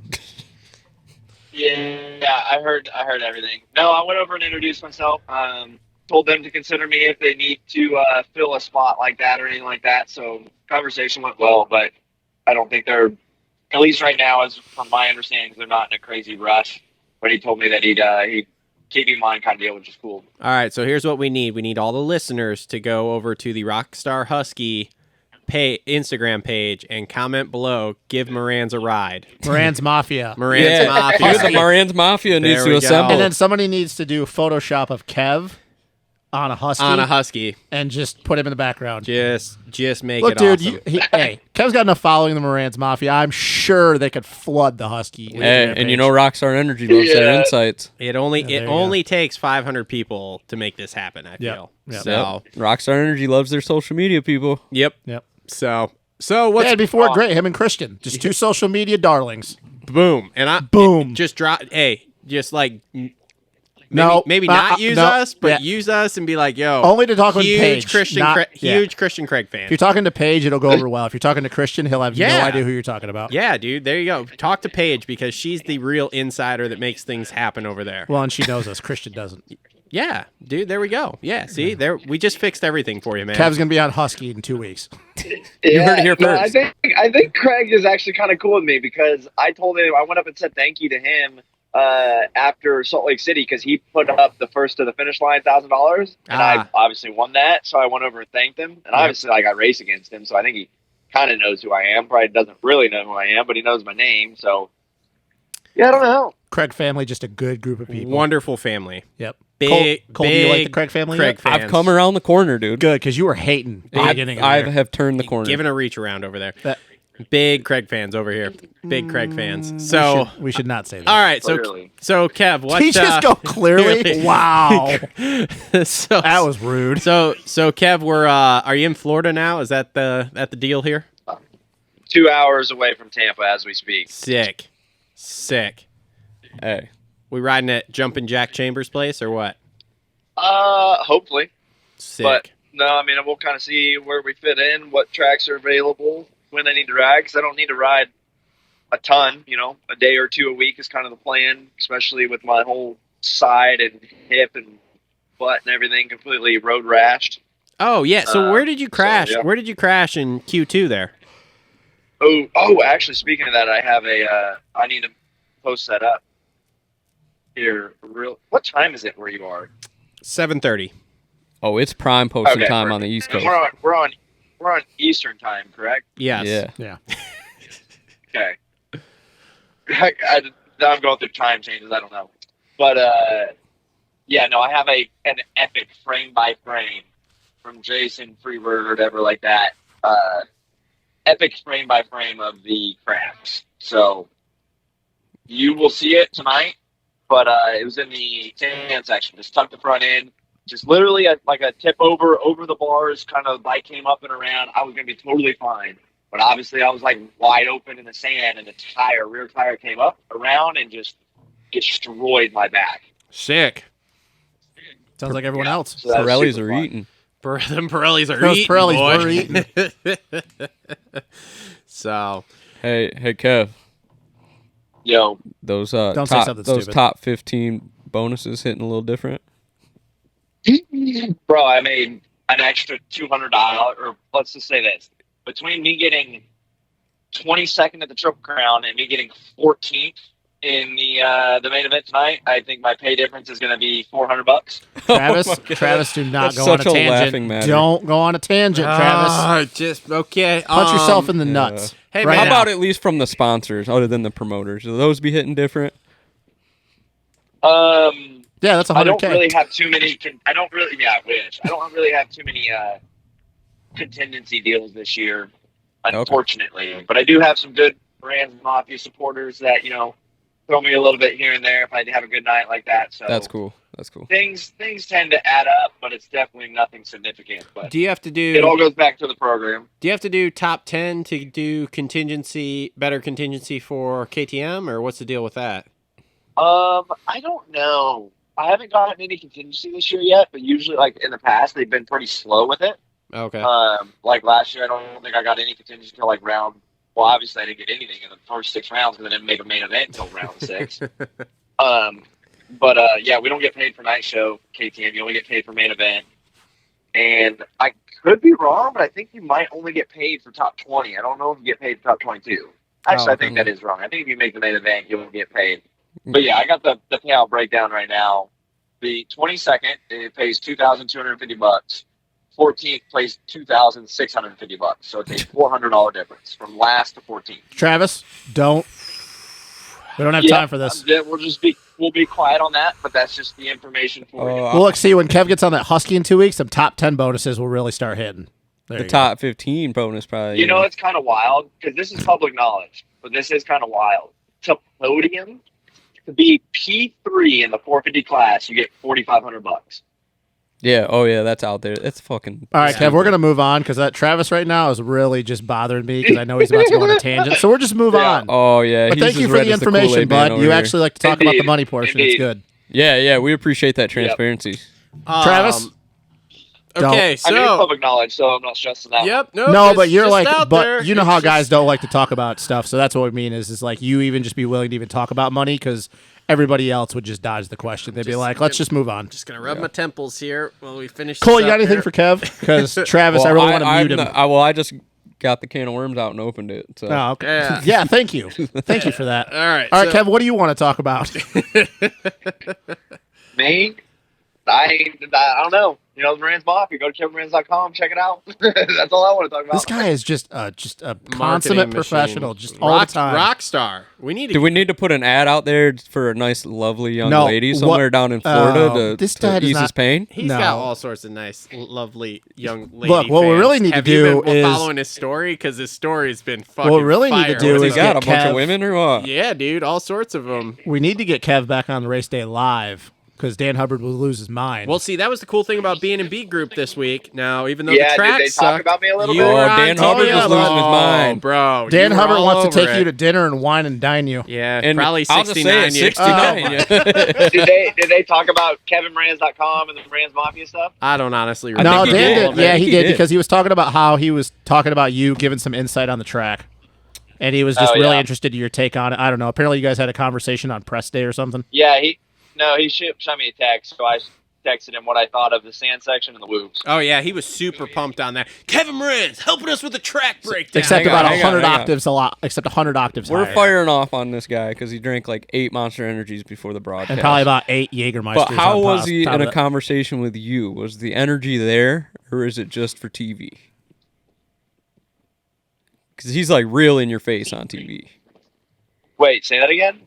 Dan Hubbard, is he? What about it? Is the energy real high when he's having a face-to-face conversation Not on with camera. you, or is it just an on-camera thing that the energy is that high? I think it's more of an on-camera thing because he's a normal dude off camera. Okay. Yeah, he's you can have high a- energy. I had a buddy meet. They ran into him and was it him and Lee? No. Who was the Fresh Prince that was doing the shit last Oh, year? yeah, the yeah. Fresh They Prince. ran into Dan Hubbard and Fresh Prince last year at the bar after the race, and he was like, "Dude, they were awesome." We talked to him for like an hour and a half about moto. So, yeah. So I kind of had a little inside line of like he wasn't that high strung off camera. Yeah, I had but no idea, I was but- asking, but it was a curious. I don't know, question. but that It's- dude is always promoting the Patreon, Kev's Patreon, when he's He talking about is. Kev Yeah. all the time. He's in love with you, bro. He probably really does want a 69. It is the new relationship. It's like Ralph Shaheen and James Stewart. Yes. I do wonder Yes. though. Have you? So, Kev, go ahead. so you know, it's PR work, brother. You know how I sent you that thank you plate? Yeah. Dan Hubbard got one too. I was just about to ask there that. you Have you go. given him merch? Like, have you ever given him like some shirts and stuff, and he's been wearing them? Because like getting him in a Moranz Mafia shirt, I really think would be, That would be pretty trick. I feel like, dude, I don't know if he probably wouldn't be able to wear it on race day live just because of sponsorship. But I bet that dude on track walk would be supporting that thing all day Yeah, long. that would Yeah. be cool. Yeah. So, all right, man. Well, hey, I can shoot out a text and see about getting you into Moto Sandbox if you want to. I can, Yeah, if we need to, let me know. Or I'll let you know if we need to. But Okay. I don't know. We'll kind of play it by ear and see what is available. I was gonna say it might. I mean, it might not be like a hey, you can ride there 4 days a week thing, but I might be able to get you in a couple, one or 2 days a week, for a couple of weeks Yeah. or something, just as a place to go. That's is solid. Yeah. That'd be sweet. So yeah. So let me know. We'll chat about it this week, man. So all right. Well, thanks for coming on, brother. Good luck at Tampa. Yeah. Good luck at Tampa. We'll talk to you this week, and we'll let you get back here to your awesome drive. Yeah, sounds good. Appreciate you guys. All right. Later, man. See you, Kev. Alrighty, bye. All right. Kevin Moranz, everybody. Again, brought to you by our friends at Edgewood Farms. By the way, we Good weren't tonight. kidding. We weren't kidding about go flood Husky's Instagram page. Go No. do it, guys. Seriously, No, they look dude. at that stuff. He's part of the Steel Frame gang already, so like everything transfers over real easy. Top 15, dude. Give this man a shot at dartfish. Here's the thing. What if he just like goes over there? Like, let's say they're just like, yeah, you know what? We're going to sign you for the rest of Supercross. We're going to run 2 bikes, right? What if he goes over there and starts like beating Craig? Like That'd be Craig's nuts. struggling, okay? I love Craig. We're big Craig fans over here. Oh, what okay? if this Kev goes to the next fucking level? TLR Tinfoil. And just No, we're not there yet. And just becomes the face of the Bakers program. No, that's I don't not think Kev would fit in well at the Bakers. No. I don't No. think that's No. it. That dude likes bread too much. No, Well, yeah. that motherfucker's in shape, though. You don't just blitz a set of whoops Oh, on the he white is. flag like Yeah. that. But Kev likes bread too much. Yeah. Oh, So I love bread. This man loves Um, Hawaiian rolls. Jesus loves bread. $400 between 14. Nope. and Let's 22. move on. Nope. Let's move on. Okay, so moving on to the Holster Co. Reload rants here. I was about to say, Oh, we've what a talked great about this. segue. We've talked about this way too much. On our show Okay, before. so I got I got one, too. I got- 3. I got so none. I'll we do gotta one. keep it It's small, okay. though. Look, we got a It's lot to talk okay. about in the 250s. I have one big one. I have Oh, 2 boy. smaller ones. So I'll do my big one. Justin might Then understand you can mine. do you have a rant? No, I don't have one. Okay. So I'll do my big one. I don't think I'm gonna have a lot of. You rants can this do year. yours, and then I'll do my 2 smaller ones. Okay? So, All right, let's make first it up, snappy. Holster Co. Reload rant here. We always talk about growing the sport, correct? And we have talked about these people they bring on to interview at the races, correct? A la Haley Deegan this weekend, whatever. So you go back 2 weeks here. We're at San Diego. We have the MotoGP guy, whatever his name is, The whatever. dude who won for Yamaha. The Yeah, dude who won the 2021. world fucking title Yeah. at MotoGP. A literal badass. The yeah. biggest motorcycle MotoGP racing name. series And didn't Steve talk about this in on the his show? yes. People didn't know who he and was. this is somewhat of a rant. Like, don't get me wrong, I listen to a lot of Steve He stuff. went up a couple octaves. I have a lot of Well, respect this was for what Steve's talked done. about. Yes. So Steve gets on and he rants about like, well, Dogger was right there. They should have interviewed Dogger. He's a moto guy.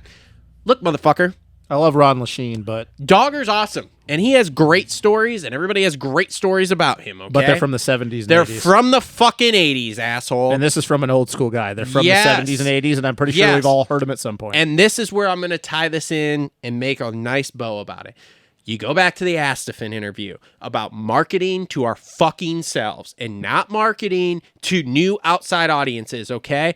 I don't need the guys who know who the fuck Dogger is from the 80s to come watch Supercross. They're already there. Yeah. They're already there. Holy shit, he is We getting are here. heated. Jesus, my ears hurt.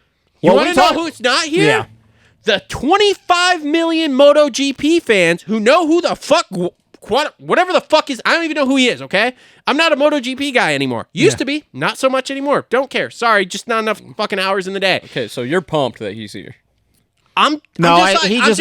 This is just the thing. Because we talked about the whole with the He's tennis gonna get thing, on yeah. his social. He's gonna fucking post that, hey, he's at Supercross. The people that follow him, he's got a gazillion fucking followers probably. They're gonna go and be like, I can don't know branch what off I on don't this. know what Supercross is. Oh, let me look at. Oh man, look at these guys. Oh, I do like motorcycles. Oh man, now we've brought in. Let's say he's got 1 million followers. Let's say 10%. Go and look it up. Let's say 10% of that are people who have never known what Supercross is. Highly doubtful, but let's just say they do. Now all of a sudden, that's 10,000 new eyeballs social we media. brought in. That's why That's I don't. social media. That's why I don't understand why Honda has not brought Marc Marquez to a race. Quit fucking marketing to ourselves. Could you imagine that if Honda brought Marc Marquez with the relationship that he already has Yes! with Jet and Hunter? Yes! Oh my god, dude! If you get those Yes! three, if you get those three on screen together, and you're talking to Marc Marquez, who we all know is a fucking he's an alien. He's awesome. but he's I also a touched his bad. hand. Well, He's I also a got badass dude on a dirt bike. I touched his hand, and then And I you did didn't not wash it, wash yes. this hand for 3 Bring weeks. Honda, Jesus. bring Marc Marquez to a race, and shit will blow up because he's a personality too. Like the other dude, Aquata, whatever his name is, We don't even know his name, But Marc but Marquez, he's a badass. but Marc Marquez though can actually speak English. Yes. and he can relate and talk to people. Yes. So get those three together. Could you imagine the line that people would be sitting in for autographs for? But this is the shit that I I know. hate I about know. the sport of just. I mean, you've got Steve. Put Dogger on there. Put Dogger on there. That's marketing for ourselves. And then, he's one of them too that fucking goes out there and it's just like, well, the sport's never gonna grow. We were on fucking SNL and Jay Leno and whatever. It's just never gonna grow. Look, of course it's not, because you want to put fucking Dogger from the 80s in an interview on the fucking show. No offense, Steve Dogger's a badass, but this dude, fucking guy, is he really this fired up? No, Like, no, dude. no, I get it. Okay, so to branch off that, really and we're get it. switching gears here. I do get it. This is not. And you're Reload going, rant. So I just, That was a good one. this No, isn't I my agreed with reload. that one. I really did. This Thank is just you. building up on yours. Yes. Wiz Khalifa was there, and everybody was, He was? shitting on I didn't know Wiz. that. And I listen to Wiz's music every fucking day. Wait, people were shitting on him? People were like, "Why the fuck's Wiz Khalifa getting a Troy Lee Designs helmet?" Because Troy Lee painted a helmet. Is and gave that it to who him. that was? Yeah, I didn't even know that was who that was. that was Yeah, Wiz he's- Khalifa. I honestly could not figure out who. I thought it was a basketball player. Well, or he's a something. tall, tone dude. So- yeah, you wouldn't know. Dude, that's huge. Yeah. Oh Huge. my god, dude, this is our And Holy then, shit. and then to branch off on that, same weekend, Jet Lawrence and Antisocial Social Club. Do Are you know what doing a- Antisocial Social Club is? Yes, No, we talked about this last week. Huge Dude, their clothing page, brand. their clothing brand page is just like Supreme. Their Instagram page has 2.5 million people on it. Yeah. Yeah.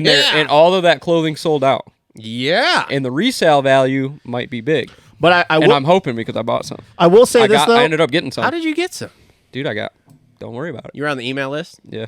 You should I call will me. say I'd have this bought though. one, I too. will say this though. It was the A2. Was it A2 or San Diego that everybody was there? All the different people. It was. I think it was both. Usually you get No. like A1, San Diego, and So A2. it was A2. There's a lot. So A2, whatever race it was. A2 Yeah, was A2. because there was that drummer. And But this everybody. is Yeah, yeah. showing though that it partially is growing though because of all the different people that they had interviewed that were there that you would normally not see 5 years ago at a Supercross race. And this is once again coming from the guy that doesn't give a shit about social media. I just don't understand with all the opportunities that you could bring in all these other people, whether even if it's, MotoGP guys, Formula One, IndyCar, all these different dudes. We've done the NASCAR thing. I think we've done that too many times. There's too much of a connection there.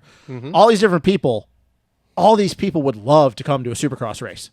Bring them in. Like I said, I don't understand how Honda has not brought in Marc Marquez yet. That is interesting. The fact that him and Jet Lawrence and Hunter they've have a done relationship. several things together. Yeah, too. the whole like- Red Bull thing where they Yeah. switch. Yeah. Well, he gave Jet the suit. Yeah, Like the custom made suit Yeah. that probably cost more than some houses. 10 Yeah. or 12. I like the Yeah. collab stuff, and I with just- the guys like Joe Shimoda and all them, they're all into Nike Dunks Yeah. and some of the stuff that that generation of people are into. Yeah. Hey, look, we're never gonna this is grow. Yeah, I get it. This is what I'm talking about with and what Astafin's talking about with the marketing to ourselves and the old school and the media partners here. And here, I'll just go on just that much. The media partners of Supercross and Pro Motocross that we're just going to throw the sport's never going to grow. This is just where we're at. But we're not going to market to anybody else. We're going to keep interviewing the same fucking people for the last God fucking damn, we got 20 number plates of falling the off. goddamn sport, because everybody who's there to watch a Supercross race or watch it on TV, whatever, they're all the people who know who he is. Well, see, here's I don't need another Dogger interview. the thing too, as far as like if we're talking about this, bringing other people in, and I'm gonna put my. I'd rather hear about their perspective. than Oh ours, yeah, you dude, know the what I mean? craziness of theirs to compare to this, because they all say the same thing. They're like, yeah, no, we're badasses, but those guys are next level. And when you hear Yeah. IndyCar dudes go up there and like, yeah, not a chance in hell. You know how I feel about open wheel racing, but I've heard shit. Now, who knows if this is true or not, but I know they have a relationship because they've done a video for Red Bull. There has been talks, and since they're both Dutch, that Hurlings and Red Bull are going to bring Verstappen to a GP this year. The fact that Verstappen, if you can get Max Verstappen, especially if it's a Dutch race, Dude. to show up to a GP and they do the whole Red Bull, because Hurlings and Max did a thing where Max, before he won a world title, drove the Formula One car on the beach. I'm sure you guys saw this. It was a Yeah. big deal. Yeah. And they're both Dutch and they're buddies. If you can get Verstappen to come to a GP, shit would blow up, because that dude, I don't know how many followers he has, but I know it's in the millions of followers. Dude, here's the thing. Ricardo said on his podcast with Jace, there's a lot of gotta Formula listen to One that one. guys that fucking follow Oh Supercross. yeah, oh yeah. And are well, fans Ricardo of Supercross. Ricardo and Lawrence is once again same Yes. thing. They're buddies. Yeah, collab gear. because Hunter was in the Drive to Survive one from Yep. last year. Yeah, So- I don't get it, dude. I don't understand with the day and age of social media how these teams, with the connections that they have, seeing how these teams, like I said, Honda with Marquez. I don't get that. Yeah. I don't, and like I said, you're talking about a dude that is a badass on a dirt bike. So I don't get it. Okay. That was my big. No, that was a good one, Holster actually. Co. Reload rant. That was a good one, actually. It makes My sense. rant. You're up. Holster Co. Reload rant coming to you from our People co-host are gonna Cole. think I'm an asshole. Nope, here, let's but hear it. This shit really grinds my gears. Oh, boy. I think there should be like a universal rule on social media for privateers, riders, local A riders. You can't put pro motocross or supercross racer in your bio unless you make a top 40 or a fucking night show. That's a tricky one there. That is a tricky one, but that's how I feel. That's how I feel. Who- I see some dudes Name on drop. TikTok. I'm not name dropping shit, but Yeah, I definitely know he's not going to name drop on that. well, Do we? No, it's not even names that we know. Yeah. You're scrolling through TikTok and you got these motherfuckers posting videos of them riding, and I'm like, Reminds me of Travis Sewell could wax this fucking guy. Reminds still. me of the joke of a dude who talks about, like, I don't know if you guys have ever seen the thing where the girlfriend talks about, yeah, my boyfriend's about to go pro, and it's a video of him on a pit bike, Yeah. and it's just ripping like Yeah. a berm or something. You're like, yeah, I don't know, man. Like, it's cool. Yeah, you got a pro card and stuff. Like, But nowadays, awesome. those hands out But like water. Yeah. But don't be. Look, my rule of Like, thumb for flaunting that, that shit. if you're not making money Yeah, doing what's the it, universal rule here? on if you're not at least breaking even, that's not your occupation. There, I bud. feel like, that's your hobby. because also I've known, once again, I'm not going to name drop either, but, and if I said the name, you would know who it is. But There's guys in the past that have- you don't even have to name drop. You can't even single out people because it's 4 to There's 5 guys that different go- people every year. There's guys that go to every national and have not been within 10 seconds of making the Fast 40. And it's like, look, you have your pro card, you had enough money to make it to all these races, but there is a difference between just because you have your pro card and then being an actual professional. And I agree with that. I think that you have to. Supercross is hard because, like, the difference of making the night show and making the main, there is such a big difference. yeah, But I feel like if you're going to do that, if you're talking about just on the outdoor aspect, you have to make the motos. Yeah. You have to make the because you showing up and you getting the LCQ. Cool, dude. You made the LCQ. You know how many people have ridden an LCQ at a national? yeah, Like- it's a lot. I understand it in a sense though, because it's like a young kid thing. Because like when I was younger and I was just starting on Instagram, and it may still be up there because I haven't touched my personal What is he Instagram. starting- right, am I muted? No, you're good. No, you're good. It says YouTuber because when I was really getting into that, the social media thing, that was when I was daily vlogging every day, and It it's could be like, a loose terminology. yeah. So like Mine says local A rider. I mean, I've seen that. so I do understand it, but at the same time, now being a little bit older and kind of understanding more how the world works, it's like, all right, dude, if you're not breaking even at it, no. Like, I will now, because you've brought this up, I need to go look at my personal Instagram bio and see if it says it, because if it does still say YouTuber, like, I need to pull that off because I'm not breaking even at this yet. Because We're we getting all- close. but Because we're even not though there. it kind of goes back to like the cool kids club joke, but we all know that there's a lot of dudes out there that, like, if you were having a track walk and you saw X, I'm not gonna name drop, but if you saw person X who's made 95% of the mains, and then Yeah. you have person Y that shows up that goes to Supercrosses but has maybe made 3 night shows, person X, and if they hear person Y say, yeah, I'm a professional, they'd be like, oh, you're a professional, huh? How many night shows have you made? Oh, you've made 1% of the night shows or the races you ever Yeah. showed up? Doesn't make you a professional. Yeah, I mean it's cool. It's an accomplishment It to have is, a pro it card. is. Maybe say pro card holder, But it was a lot harder. No professional athlete. It was also a lot harder 10 years ago to go get your pro card than it is now. Yep. Yeah. Well, I told you guys the story. I sent in some money. Yeah, you did to try to get it. just to try and get one. And this is no 'Cause I know disrespect. pe- Got denied. And this is no disrespect to anybody that has a pro card. You have done the work.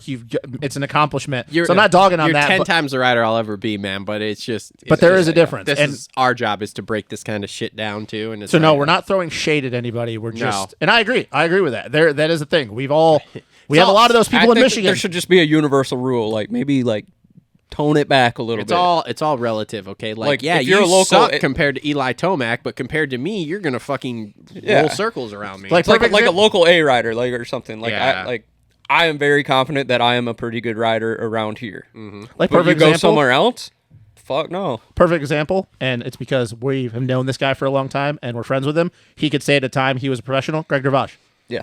Greg's gotten top 20s at a pro national before. Jeff Walker. Exactly. Professional. As much as we talk about Jeff has made nationals and did very well last year. Yep. You can say you're a professional. You've done well. Yep. So there is a Chris difference. Prebula. Yep. Same thing.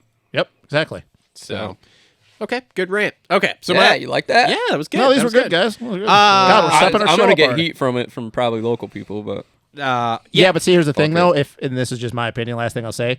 If you are one of those people that gives you heat, you apparently take issue with that, and maybe you should kind of look at yourself in the mirror.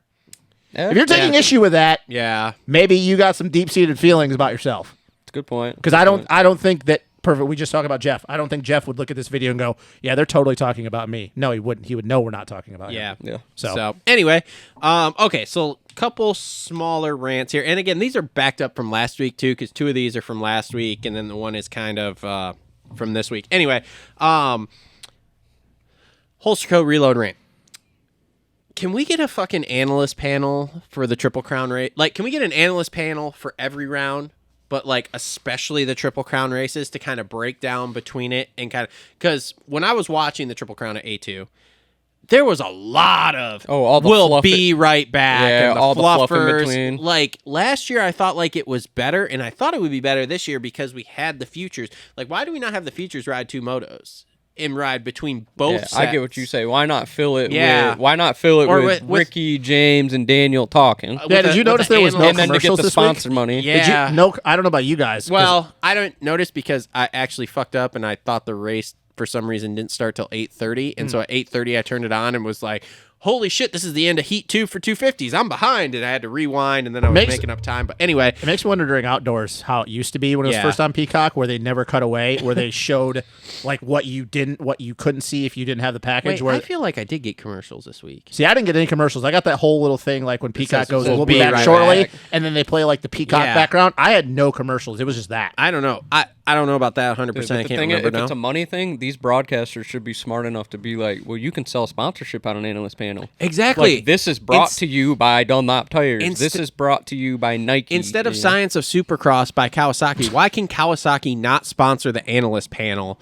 And again, like regular races, all you need it for is 10-minute segment or 15-minute segment between LCQs and mains to break down both classes. Hell, you could even probably do 20 minutes in there, to be really honest with you. You're still going to get your commercials in. You're going to have the analyst panel. Maybe you only show like the 450 breakdown on terrestrial TV, but for the, all of us app payers who pay, maybe we get the 450 and the 250 thing. Throw us a little bone there, But it's like, but in the Triple Crowns there, like I said, I really, really noticed, like, man, I'm staring at this "We'll be right back" screen a lot tonight. And honestly, if they're cheap and they don't want to even do that, remember how when Peacock first started for Supercross? Because for outdoors, when they would cut to commercial break, it'd be for the TV. Yeah. We would still stay with the action, and you would just hear Weege and Yeah. GL talking. For Supercross, dude, just go back to if they're going to be cheap and they don't want to do that, just go back to where they just kept the camera going. Yeah. And we're watching track work. Yeah. Like I would. I like watching track. I would do much too. rather watch you backblade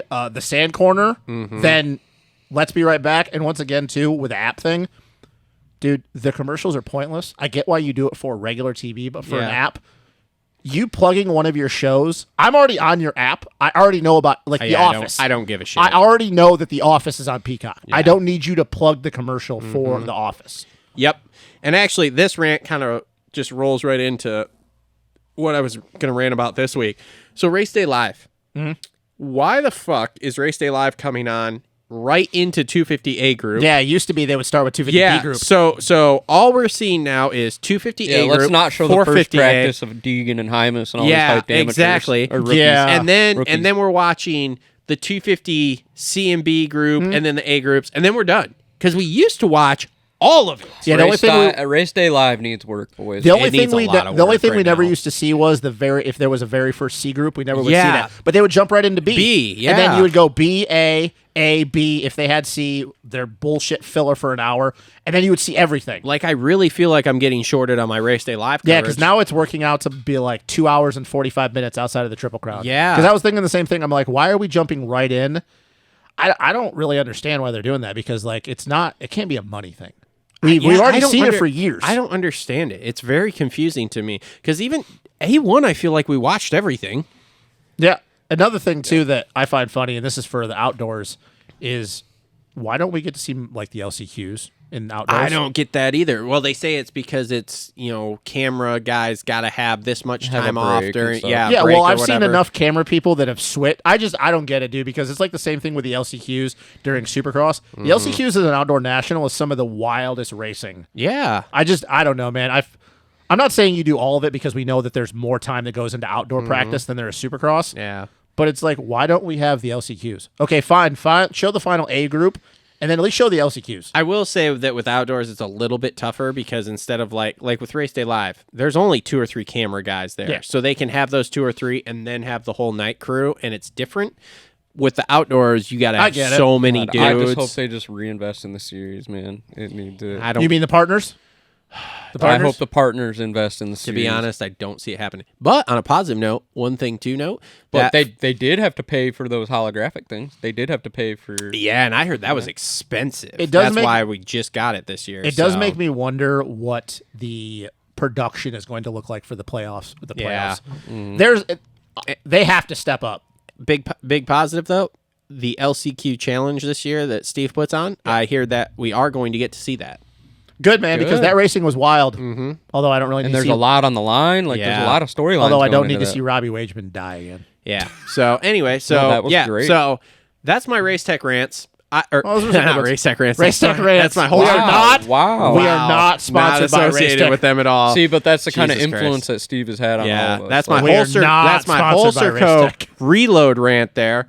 Yeah. All of that. You so just, like, bleep that out. Yeah. So number Well, one. Listen, okay, so on Twitter, a guy was talking shit like, all you do is copy what Steve says. And I'm like, Steve shares his opinion, and I share my opinion on his opinion. Is that okay? Yeah. Like he literally did that. He did a fucking wrap up show until Jamie got hired away to Vital or whatever. So like, Yeah, like we could be Jamie. and that was, and just to throw this out here, that was really one of the things I pushed when we started this was a show by fans for fans and talking about all What of everybody these else hears. podcasts Yeah. because at that point there wasn't as many as there are now, and I was keeping up with a lot of them, so I knew a lot of the news, and I know a lot of people don't have 8 hours a day where they're in a shop by themselves and all they do is listen to this shit. So I pushed that at the beginning. So anybody who's out there is talking shit about like, oh, all you guys do is just, talk about what other people talk about. Well, that's part of the idea behind the show when we start. Number one, it was guys who were talking about moto anyway, so we were just going to fucking record it. Number two, it was not everybody can listen to 18 hours of podcasts a week. Yeah. I can. I so can I in can a do car it all day. I was going to say, so I can, and then I can regurgitate some of the main points that I hear because sometimes they drop, especially like if you listen to Pulp, when you get into the last like hour of the show and they're doing like the tweet section or whatever, sometimes there's some knowledge bombs dropped in there because they'll start ranting over a tweet that somebody asked a question or whatever, and all of a sudden you get something that they weren't necessarily going to talk about in the show. And it's like most of the people, like they go look at clips that they hear are popping off, or they listen to the first, say, like hour or two of the show, but like 5 hours in, they're out type shit. So I don't know, man. If you don't like it, I mean, Speaking of not Steve, for everybody. before we get to the 250 recap, Yeah. did you guys see that he I don't know if it was the last show or 2 shows ago, he started talking crap about one of the bigwig. Well, he's not a bigwig, but he's a very well known guy in the industry on Vital MX, Team Green. He was calling him out on Twitter or whatever, saying that this dude has never anything bad to say about teams and that he just is a suck up or whatever. And this guy's been on Vital for a very long time, but he has posted knowledge about, I can't think off the top of my head, but knowledge over the last 10 years, at least since I've gone in and out of Vital, where he's posted stuff at hints of shit that like people didn't know. Okay, for example, the Hunter Lawrence thing to Geico. Before that was a known thing that he was coming from Europe. Some guy on Vital was dropping. But it. see, here's the thing. Everybody's always asked him, what's your name? And he won't say his name because he doesn't want to act like he's bigger than he is. So they were like, okay, we don't need to know your name, but what do you do? He's like, oh, I only make some titanium parts for some teams, and I make some chassis stuff or this and that. And nobody could figure that out because there's these guys we just don't know about. But apparently Steve was just like talking crap about this dude for no reason. This guy goes, dude, I don't know. Are you mad at me because I don't talk shit about people? He's like, I don't get it. Why are you mad at me? What did I do? And Steve basically was just mad at him because he says this guy never has anything bad to say about anybody. Interesting. The guy's like, I don't understand why you're yelling at me. because we are talk shit radio. And people. this is and that right there is one of the reasons why. Just for me, Steve, I can't do it with him. Like when you're attacking people for no reason, I don't get it. I just don't get it. Yeah, some of the attacking goes a little bit far, but Yeah. So, all right, cool. So, Holster Code Reload Rant section. Make sure to check them out. 10% off. Link in the description down below. We'll take a quick break. We're going to come back with the 250 race recap. The wildness that was the 250 class, and then we will do the TLR tinfoil hat section, and we'll get this wrapped up. So we shall be right back. All right, and we're back here. 250 race recap brought to you by our friends at Adept Creative Co. I think you get a 10% discount. There's a link in the description down below. They do graphics for us. We got a bike build right over there. Which, Justin, when you bring in the toolbox, because we need to get started on that, man. I don't know, man. what bike is it? That one. That 110 way over there? It's actually a CR80. Just kidding. It's not a CR80. Yes. The far one. Okay. We're doing a bike build. Very top secret shit. Okay. Well, anyways. Oh, okay. Yeah. Let's get this I got rocking. you. Yeah, we're doing I the didn't top see that secret other one stuff. hiding over there. Yep. So anyway, brought to you by our friends at Adept Creative Co. Awesome graphics. They did the graphics on the 450. I actually need to order graphics for the 250 here from them, so make sure to check them out. Links in the description down below. All right, 250. Let's start with the highlight of the night. So Cody Shock smacks the fucking bridge. The Roadrunner? Wile E. Coyote Dude, status Wile E. here. Coyote. That We're starting was right off the rip with that? gnarly. Yes, and of that's all where we're going. people, it to be him and Cullen. Cody Shock and Colin Park. I'm just thinking when I saw Cody hit that wall, I'm like, well, there goes another year Cody Shock's not racing a dirt bike. Oh, my God. Yeah, and I felt for him. I'm like, fuck, all that work to get back and does that. Then I see him walking around. I'm like, okay, well, he didn't die, so that's a big He's plus. walking. He looks like he's wondering what the fuck just happened. He did say that there was a lot of padding on that bridge. And then he Like, makes a it in the lot. main. Yeah, he makes it in the He main. bend the forks, front wheel, like what we got. Probably. Oh, everything. no, he did. So I listened to an interview. I was telling him. So he runs an air fork and has for a long time.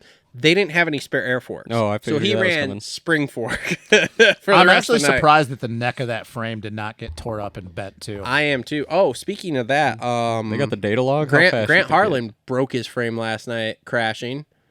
Good it- Yamahas. Real, Subframe. Yeah, I had to. Yeah, broke the tore. subframe tab right off. Yeah, tore it off. Sounds like a Yamaha Blue problem. Crew. Yeah, Blue Crew. Reminds me Anyway, of Travis Sewell back in the day when his subframes would just be going like this.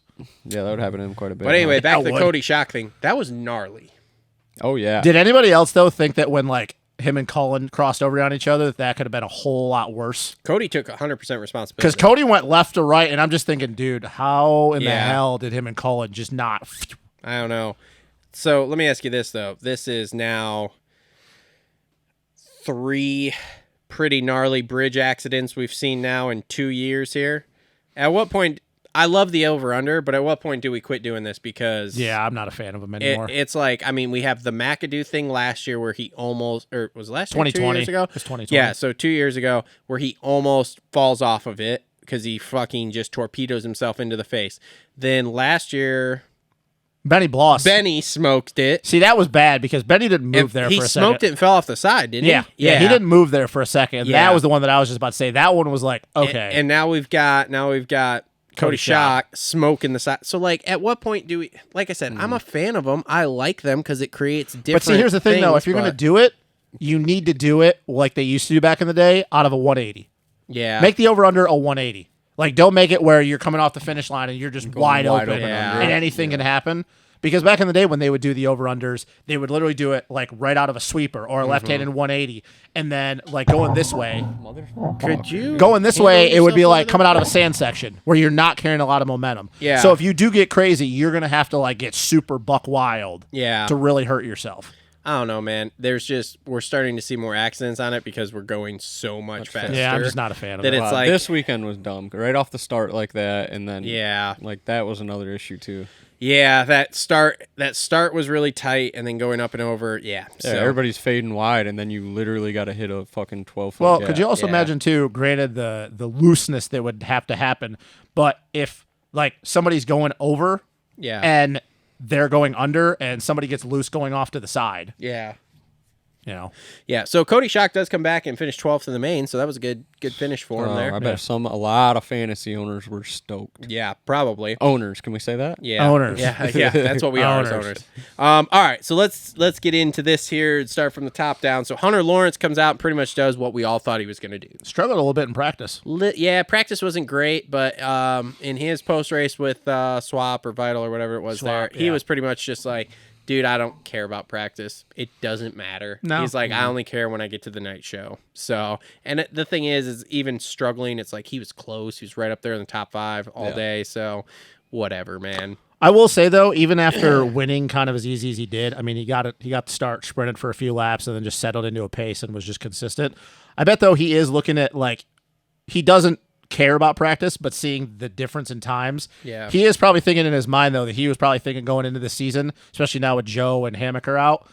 He's like, oh yeah, none of these guys are even going to be close speed for speed. He's probably thinking in his mind, he's like, dude, if I don't rip a top 5, there's a little bit of a wake up. If I don't rip a top 5 start, not saying that he can't come through. We've obviously seen Hunter do it, but he's probably thinking in his mind, he's like, ooh, if I don't get a top 5 start, this is gonna be a little bit harder than I expected it to be. What did he come from? Like, how far back was he? He was only, or did he pull a whole he shot? was only both of 3rd them? or 4th. No, Yeah, but he was he was right up front, and then Vial. He got into front pretty early. Vial whipped it hard on him on that triple. Yeah, Remember, whipped in they his went eye, between. blinded Yeah, him. they went between them, Yeah. and he got lucky going between it there because he was like full speed off the triple, like oh shit, and then like He's like, kinda oh, there's jumped- the track. Yeah, then kind Yeah. of jumped But back in at the end. I thought Hunter was gonna be a little spicy with that move. I thought he was maybe gonna do some retaliation, but I think was he's like, got more no, respect for good Vial. thing that I will be honest. I think Hunter is very big picture right now, and he knows that kind of shit isn't going to bode well for him. So he's like, nope, don't care. I'm faster than you. I'm just going to go by and go do my thing and win this title. So, But I just think that he's probably thinking in his mind, this is probably going to be a little bit harder if he doesn't yank a holy.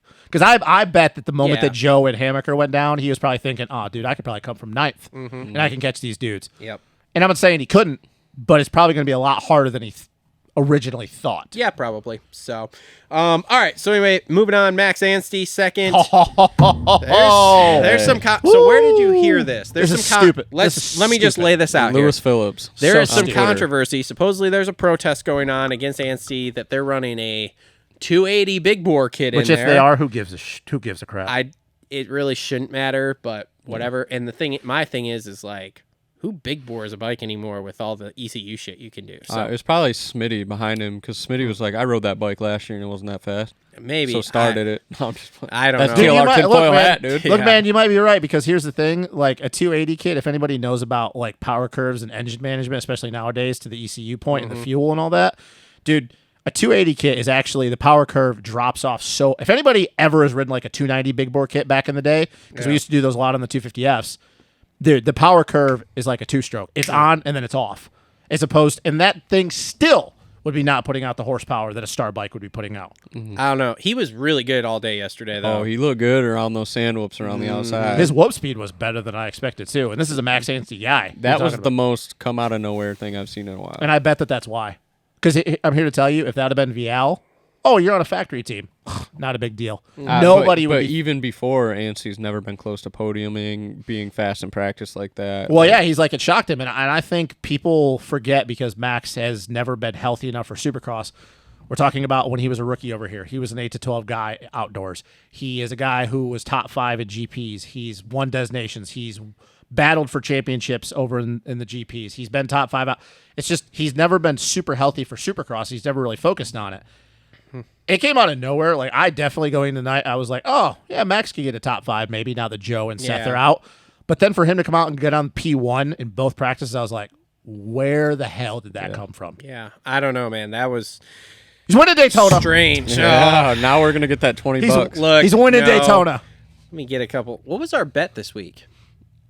What was the bet? Was it that AJ was going to make the main?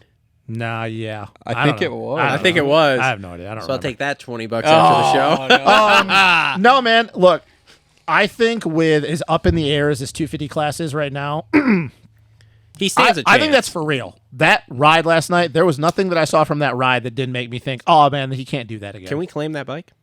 No. Damn it. I don't think Yuriv Konsky would let you do that. Look, here's the thing. How If it about does, these second tier Bike's looking really good. If he does come out though, if it does come out as a big bore thing, it'll be interesting to see when we go off the big bore. Is he still that good, or was that big bore really doing something Well, for him? apparently Lewis had an interview with him after where he asked Max about it, and he goes into it. It's like, Max said it was a 280 kit. No, Max was like, well, I haven't listened to it, but basically was like, what the fuck kind of thing. Like, there's no way. Why are they doing that or something? Max wouldn't know the difference even if you... Dude, that guy has ridden so many bikes over the years. He Yeah. wouldn't... Okay. I don't know. If it comes out that he's on a 280 kit and they really make a big deal about it, all I'm going to say is, dude, your Star bike, your factory KTM, your Husky is still better than that bike. Yeah. Like, we're at the... When you get to be that level, it should not make a difference if he's on a 280 kit. I don't know. It if should there's not any make a update. difference. We'll see if there's any I don't updates. care. Yeah, we'll see if anything happens with it. So, anyway, moving on. So Jordan Smith third, and Smith did Smith things and Really crashed fast. in the sand. Won the heat race. He was good looking most of the night, but still had 2 tip overs because there was that one we saw, and I think he said he crashed again. Yeah. So 2 tip overs, had to come He did back. get that. He did get that fourth handed to him though, and we'll get to the guy that was in third. But he got that fourth handed to him. Hang on, did we already move to the guy? What, Jordan Smith? Yeah, he got that third handed to him. Oh, okay, He yes. should have been fourth. Yes. Yeah. So Well, who's in third? Smitty. Oh, Smith. no. Yeah. No, the guy that was in third. Look, Oh, is Mr. anybody on the Yu. train that he's going to be a title contender, or he? I mean, here's the thing, and we're gonna going to get to throw this. something And, away and here. here's the thing, we're going to get to this when we talk about his teammate. All day in practice, outside of Yeah. Max doing what Max did, Smitty and like I said, his teammate were on fire all day long. He said he was real comfortable, but he should be because he's been riding that bike since September. literally outdoors. Yeah, last year. early outdoors. Yeah, Yeah, so- I don't know, man. It's hard because Jordan still does Jordan things, but if we get to the end of the season and he's fourth in points, but you tell me that he has 3 wins, I'm gonna go, yeah, that doesn't shock me. Like we've always said that about Jordan. Jordan going back to the PC days, he did it in TLD. Like, oh, he's gonna get a bunch of wins, but he's not gonna win the title. It's what Smitty does. Yep. I mean, the heat race, I was like, That was a oh, step in the right direction. Yeah. but I was a little concerned about how out of breath he was after that heat race. The dude was sucking air. And I'm Yep. like, man, you've been riding Supercross for months We and call months that now. caloric deficit. I don't know, man. Smitty doesn't look like he's at a caloric deficit. That no, face he is pretty doesn't. filled Yeah, out. that face he, is pretty filled up. He doesn't so- seem like he's at a caloric Yeah, deficit. he eats steak. Yeah. Yeah, good for him. All right, so 4th place here. We're going to get into the rookies here. And they're coming out of the woodwork for us already. So Hayden boy. Deegan gets a 4th. All right, who's going to start? Okay, Oh, you're going to start. Okay, I'll good, start. because I don't no want problem. to. No problem. You can go next. It was handed to him, but he was still massively more impressive than I thought he would be yesterday. And we talked about this before the show and everything. That corner speed he was hitting before that first rhythm they caught section on there Race that Day they Live. caught on Race Day Live, incredible, fucking incredible. That rut was perfect. And then the steeziness over Him and every Hymas. single big jump he Yeah. could he didn't like when hit. Hymas dropping crossed the over lid. on him a little bit in that rhythm No. section. He was like, oh, we got to make this stick. And he only had one moment that I saw when they were watching him at all day, and that was in the whoops there in the main, That which wet they speed's caught. not great. Which was you're not 100% wrong. It wasn't the best, but it was. I mean, That corner speed, though, is where he makes all his time up. here's the thing: he still, even if you take away the couple of spots he He's got at handed sixth. there, 6th Yeah. was still better than we called.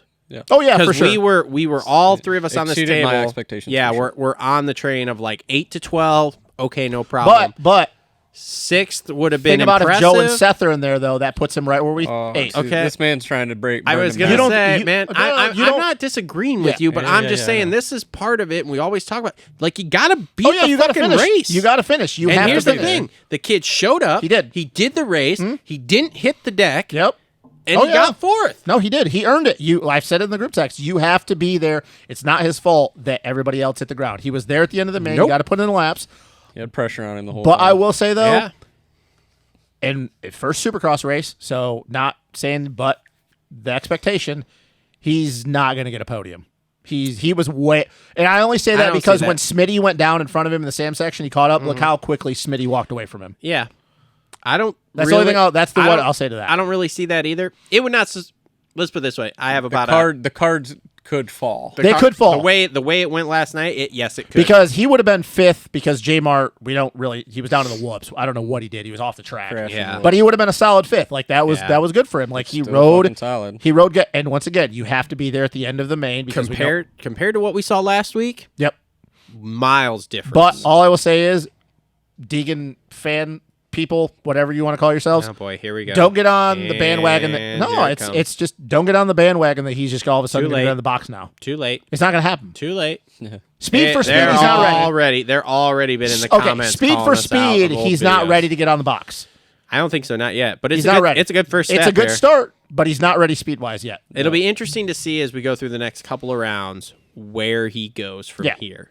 Because I don't see him really going more forward. So the real question I think in the my Triple mind Crown is going to be how far back does he fall? I think the Triple Crown is going to be more interesting for me. Yeah. Because he's never had to deal with something like that. And then if you want to jump way far ahead, the East-West shootout. Yeah, it'll be interesting to see. I definitely think though that yesterday solidified top 10 guy. I mean, this nobody's year. ever said he's not good. Yeah, Kid's got a ton of talent. We see that with the corner speed. yeah. So, but I think he solidified top 10 guy. Yeah, for yesterday. sure. Easy. Yeah, he definitely exceeded my expectations, and especially seeing that in the qualifying. Mm-hmm. Had the little bit of leg swag, threw it in the corner, like a little bit of style. We like seeing a little bit of style. Yep. And for me, I'm not a guy that watches a YouTube channel, so I'm one of those guys. This is the first time I've had any experience with him. Hearing interviews with him with like Swap Moto and some of those guys. And he sounds a lot more humble than what I thought he would, at least in front of the camera. Yeah. I don't know how he is behind closed doors or off track. We've heard he's a shithead, whatever. But in front of a camera, he does his job. It's fucking weird to me because at the Combine last year at Redbud, I saw him a lot when I was walking around because I was walking around on race day filming a lot of different shit, filming stuff in the pit. So I was back, forth, and I would always see him. And he was, I mean, we always talk about like how these guys get flooded with fans, but it's like, dude, here's a kid with 1 million fucking YouTube followers at the place where he does his shit, and he's walking around by himself. And it wasn't like every time I saw him, he was getting stopped. Now, don't get me wrong, I did see people, Hayden. And when they did, he stopped, no problem, took pictures, like said hi to people. Brian always does that as well. Yeah, exactly. I mean, dude, did you watch the A2 vlog they did? Mm-mm. So even on the A2 vlog, they're literally filming the vlog, walking up to the stadium to watch him. I don't know if it's practice, qualifying, whatever. Anyway, and literally this girl comes running up as they're filming. Brian's talking, and she's like, "Hey, can I get a selfie with you?" He's like, "As long as we're walking, no problem." And she's like she had the camera ready and everything. Boom, snaps the selfie. Thank you, no problem. Takes off. He turns back around. He's like, "See, that's how you do it." Hey, can I get a picture? Camera's ready. Boom, we did it, no problem. And again, great guy. He's like, "Yo, I got stuff to do, but no problem. If you want to take a picture as we're walking, no problem." And I'm he's cool putting with it that. out there because now he's putting it out there. Now fans know how to interact. With Yep. him. Now I'll they're say like, though, hey, let's you do could this. definitely tell though. I don't think it was in the main. I think it was in the heat race. Did you hear the crowd? No, it was the main. The crowd pop when he was moving forward. Yeah. You could hear him in the background when I think it was when he passed Hymas when he ran it in on Hymas. That's fucking insane. Like you could hear the crowd pop in the back. So I'm telling you this right now. If we talk about growing the sport, even though I'm not a Deegan fan, it will be interesting to see how loud the crowd will be if that kid rips a start in a main. Here's the thing. It's gonna blow the roof off whatever stadium And they're at. I think this will be really interesting, and I don't know if Brian can get his hands on this and share with people. Which The numbers difference. I want to see how much he moved the needle on viewership, etc. Because we all know that the amateur racing that you can only stream online through the website if you know it moved the needle. Because we all watched Mini-O's and different things like that. And you could watch. I mean, dude, I remember clearly. I don't remember if it was Mini-O's or Loretta's or whatever. And clearly it was because they have the viewers, like the actual viewer count is up on the screen when you do that. And you could watch it go from, say, like 3,000-4,000 people to like 8,000-9,000. Happened to Loretta's this past year, Yeah. too. So, yeah, I would be interested. I'm like you to know, like, did you move the needle? Did you not move the needle? When I heard the crowd pop, the most recent thing that reminded me of was Detroit last year when Jet ragged out his shit in the heat race, and he was coming from dead last, and all of a sudden he was just slicing through the pack and worked his way up to second, and every time he passed somebody, the whole stadium was going nuts. You guys remember that shit? Yeah. Like, it was loud. When I heard that crowd pop, even though it was for a split second, I'm like, okay. Yeah. Like if this kid yanks a holy in or even a heat race, Yeah. this kid's out front at all. And then if they're out front and he's pulling away, dude. And then if you keep going further and he pulls it off and he wins even a heat race, that stadium is going to be so freaking loud. And I will tell you this. And that's how you pump things up. After watching last night and see how composed he was, we just this big on this year 3 thing. We see him in year 3. He might be a guy that wins a heat race and stuff. Like we might be. He could. We could see this. We Yeah. could see the roof get blown off a stadium. But I don't see Jet Lawrence. We're talking about comparisons, and this is where I'm going to get the hate. I don't see Jet Lawrence when I watch Hayden I Eagle. don't know. There's a lot of- I don't either. But I only say that because of the comparison that people keep talking about. And we got an arc. They're like, yeah, after Hayden Deegan's done, you're going to say who? RC who? It's like, come on, guys. Like, I get it. That stuff's too far. You're fans. I understand it. And you can flame me all you want. But Hayden Deegan is not going to be Ricky Carmichael. He's just not. I'm sorry. Just out of curiosity here, let's go back. Jet's first 250. Oh, he didn't get 4th. I'm Hey, yeah, I'm go to just that curious. Deegan A2 vlog. How many views does that get? 9th. Yeah, but then look how many rounds it took him before he was leading a race and he was walking away before he crashed. Yeah, That was what, 2 rounds later? Maybe, I don't know, because he went 9.59. But also look who he was racing that year, though. Yeah. There is a difference. All I'm saying is the reason why I'm bringing Jet up into this is because that's the most relevant person we have as far as talent and following as social media, and people like to compare Hayden and Jet. And I'm just saying, Hayden is not Jet. I understand that Jet didn't get 4th in his first race. Yeah. But how many races later was it until Jet was Now, if we get 3 rounds in, because I think that was 3 rounds after. Yeah, it was the 3rd round. Yeah, it was round 3. Yeah, it was Anaheim too. Okay. Jet was leading that race. And I love Dylan. Jet was walking away from Dylan. Mm-hmm. Hayden, if he go to round 3 and he has still not done that, there just needs to be some toning back. Mm-hmm. That's all I'm saying. I'm not saying that Hayden can't do it, but Hayden's not Jet Lawrence. I don't see Jet Lawrence when I watch Just an Hayden Deegan. FYI too, took Jet 8 races to win one. 8 All right, so now so we have I'm just because and outdoors this it is where we're going. took a full season to the end of the year, right? Hold on. Because he didn't win till the end of 2020. It was Paula. Correct. Yeah, because it was the whole J Mart and him last race. We're getting off race. Yeah, because because he did We're just Dilla, talk- he did we're just talking about Hayden. He did Dilla Budds Creek Ironman 'Kay. and went 13:26:13. Okay, then we went Supercross, and then we went into this was COVID year, so we went Loretta's 2, Ironman, Red Bud 1, 2, and it was the last race of that year. Yep. Fox Raceway. He that got he the won. first one. All right, so we got 8. over Dylan. All right, so we got 8 rounds. We got 8 rounds. We got a benchmark. Yep. So we got so we have something to compare it to because All right. a lot. So we got a benchmark. A lot Okay. of the people are like he's the next coming to Jesus or Yeah. whatever. Last thing I'm curious about, what kind of views does that A2 vlog have on it? Let me go see. Probably like 300,000.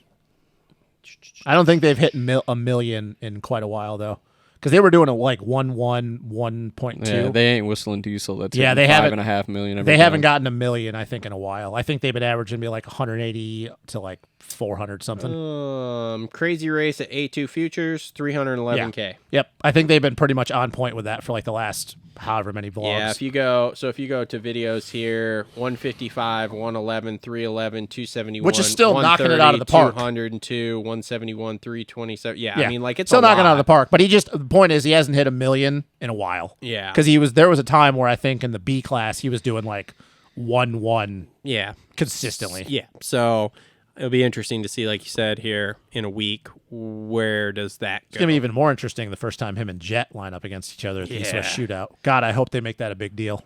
Yeah. So All right. So anyway, moving on here.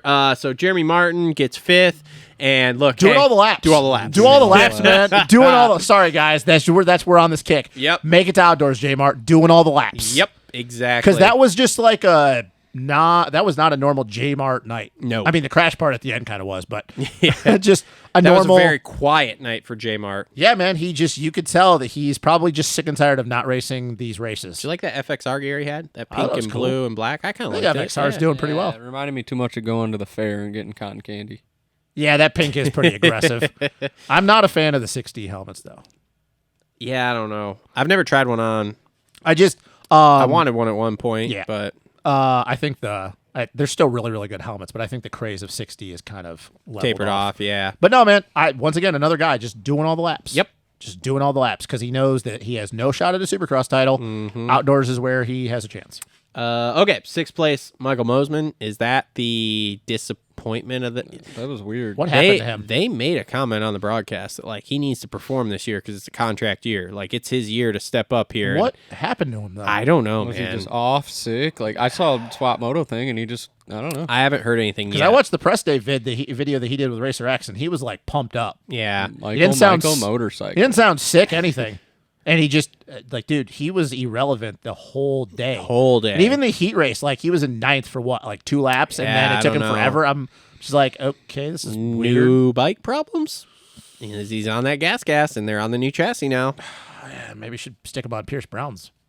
I don't know. That was weird. That wasn't good. That wasn't a normal Michael Mosiman night. No, be interesting to see where he goes here because it's like you see where he's at, and you're like, he probably should have beat J Mart. That's kind of a toss up, but he probably He honestly should have been battling for 3rd. And If he you look should last have year- beat Hayden Yeah, for sure. if you look at last year, Michael Mosiman, he should have at least been 3rd. 100%. So, okay, so going from like that was weird. Is that good? Probably not. To holy shit, was I impressed? Tom Vial gets 7th. Go ahead, guys. And he should have been 3rd. Dude, Listen, I got something to say. leads- Okay, go ahead. Super What? impressive. What? Go ahead. What are you gonna say? Yep. What am I gonna say? What are you gonna say, dickhead? Tom Beale's a good fucking rider. Thank you.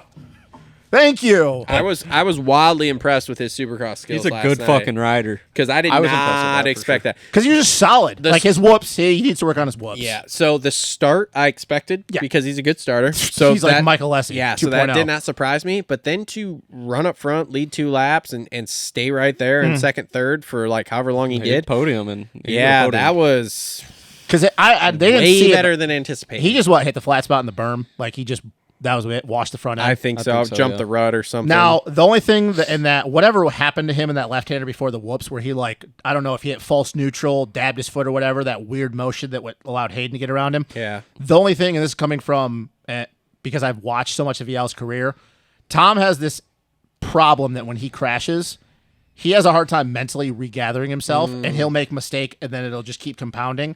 So when I watch that, I'm like, oh God, here we go. Like this is Tom Vial. This is what he does. And So I get nervous sometimes when he goes down because he has this tendency to not be able to regroup. yeah.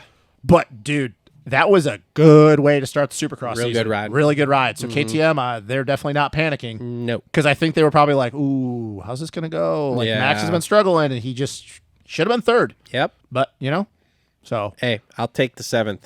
I will too. We're moving on. I'll take that. Because this dude. is what we've talked about with a lot of other dudes. Just do all the laps. do all the laps. Get Make it to outdoors. Yep, make it outdoors, buddy. Make it outdoors. All right. That was good. That fucking rider. foreigner flavor though for a while was a little like I know that we had it in outdoors with Jet, Hunter, and Joe. It's like, oh, you got an Aussie in first, you got a Brit in second, then you got a Frenchman in third. I'm like, and who's in fourth? That's the American, Jordan Smith. This is weird. This is the really most weird. American name This possible. is Yeah. this is like Smallville. You might as well call him John Smith. Like at this this point. was Like, weird. fuck. And even they made that comment. Jason Thomas made that comment. He's like, yeah, we got a little foreigner flavor. And then the next American's Jordan Smith. And I'm like, Smith is like the most American name. I ever. don't know if that was like a shot at him or what was happening. I don't know. Chance Hymas comes out. Good start. I was Runs up impressed with him front. as well. I was impressed with all of these rookies. Pretty much, I was impressed with. Gets 8th. Well, that's why I said like he this didn't new- breathe for like 5 laps. That heat race was good. Yeah. Well, all the rookies. That's why I really like this new narrative. Like ease them in, and Daniel Blair's big on this. Look at these guys. These kids are coming in without the narrative pushed on them. Like, hey, you got to perform. Now the media, the broadcast, everybody's like, yeah, just let them do the laps. Let them get their feet wet. So these kids don't have that pressure on their shoulders. So he is only doing 4. That is it. Nope. Literally, Steve interviewed Lars. That's unfortunate. 4. I think he's ready. focus is I think outdoors. that's good though. I think that's great too. Oh, it's good too, man. But it's like I love watching him ride. And when I Yeah. watch him, and this is part of the Honda connection, especially having Weimer, I didn't know Berner was training him now. He's good in the though. whoops. But when I watch him ride, it reminds me exactly of Trey Kennard. Yeah. I think of Trey Kennard when I watch him ride. He is Kinda just looks silky like Trey. smooth. Yeah. Silky smooth, like perfect technique. Yep. But yeah, he was like, I thought he was going to be good, but I didn't think he was going to be like that, have that much sprint speed early. Because that heat race, like he was up there in that heat. he was good. So, I mean, I get why Honda's doing it, but man, if he gets a top 5, maybe they reconsider that. The only thing Lars said would make them reconsider is if he's leading. Nah, outside of that, that's probably they're not outside of that, Yeah. they're 4 and done. That's the budget for I like this it, year. though.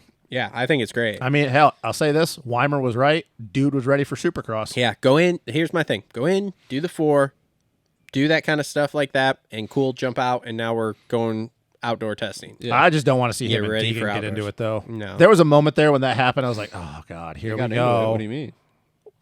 When Hayden was closing up on Hymus kind of crossed over him on a little bit in that rhythm section, the on-off, and then Deegan, like, ran it in, made this pass stick. All I'm thinking of in mind is I'm like, oh, God, dude. I was like, these two cannot afford to get into this because I'm thinking, wow, these morons are going to, like, take each other out, and then it's going to be like, wow, yep, bunch of dumb rookies. Yep. All right, so Colin Park, 9th. That's good. Real good ride for him. He lost his rear brake. That's why he faded back to 9th. Otherwise, he would have been a couple spots He's farther just a ahead, I top 10 think. dude. He's Yeah. just solid. I think that's okay glad I for picked what him. he's doing He's with the Phoenix Honda He group. reminds me a lot of what Hartraft would be in the 450 class. Just Yeah. like probably never going to be on the box, but just going to do all He's the gonna laps. fucking be there. He's just going to be there. And honestly, he kind of is the same way. Like not a lot of outright speed. Like he's just solid. He doesn't Yeah. wow you when he rides. He's Nope. just there. Yep. So Okay, Chris Blows on PC there, the lone PC rider for East Coast, 10th place. That's good. is that where he's at, you guys?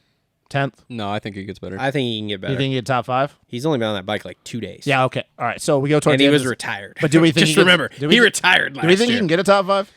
Yeah. To be really honest, because Okay. I think he'll just do, like, he's of the He's age doing that's all just the going to laps. do the laps. So, This is like our thing now. we just should do all the we laps. should get a T-shirt And made that says "Do all the and laps." just have all the faces of the guys that are just doing all the laps. do all the laps. So I do think he'll get better. Yeah. I think he'll creep towards that top 5 and can probably get one at some point. And hey, man, you can go to a suspension shop and ride the exact same shit as Bros. That's what I was gonna say, dude. I'm sending my shit to Phoenix. Yeah. So Just Got kidding. them forks just blown apart right Totally kidding, guys. Totally kidding. I know I'm trying to get TCD to do my suspension. Shout out TCD. now. We'll send it to Phoenix now because Send it to Blows has Phoenix. got You some might get that PC pro- forks. yeah. Just send in on the form That PC well, that- special. those pro circuit forks gonna fit that. Yeah, blue say crew? just put the setting whatever you found in those in Yeah. mine. All right, so another rookie here, Talon Hawkins gets 11th, which I think is That kind of exceeded my expectations. too. yeah. Yeah. I was honestly thinking after practicing the heat, I was like, oh, this kid's barely going to get in the top 15. Yeah. You want to talk about a kid that has way too much body language, though? He needs to calm down a little bit. Yeah, he's, probably. he's all over the bike. Him and Barsha, we need to do a clinic and just cut down the body. Like, we need to get a thing that just makes him stay still. You motherfuckers are never gonna be out there though. Yeah. That's exactly what's going to Fat be in the old guys comment. never rode a bike to save You your guys life. suck ass. And you are 100% correct. Thank you. I do suck Thank ass. you. We are never going to ride a pro supercross Wait track. till the exactly. D-Class to Supercross video drops. Wait till you see how bad I suck. It's going to be terrible. So, anyway, we already talked about Cody Schock, Henry Miller, 13th. Jace Owen torpedoed my fucking fantasy team. Ooh, he's with gonna be a good pick 14th. next week. Yeah, fuck Maybe. off. Okay. Oh, here we fucking go. I know this is coming because I picked this motherfucker. Oh. Go ahead and tell me how good Nate Thrasher is. I knew it was coming. I knew And it. you can't argue this fucking point because they make this on the broadcast now that he either wins or he does shit.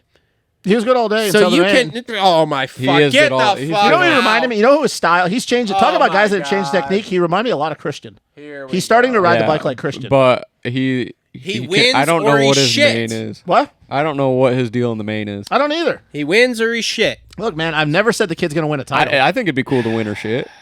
Yeah.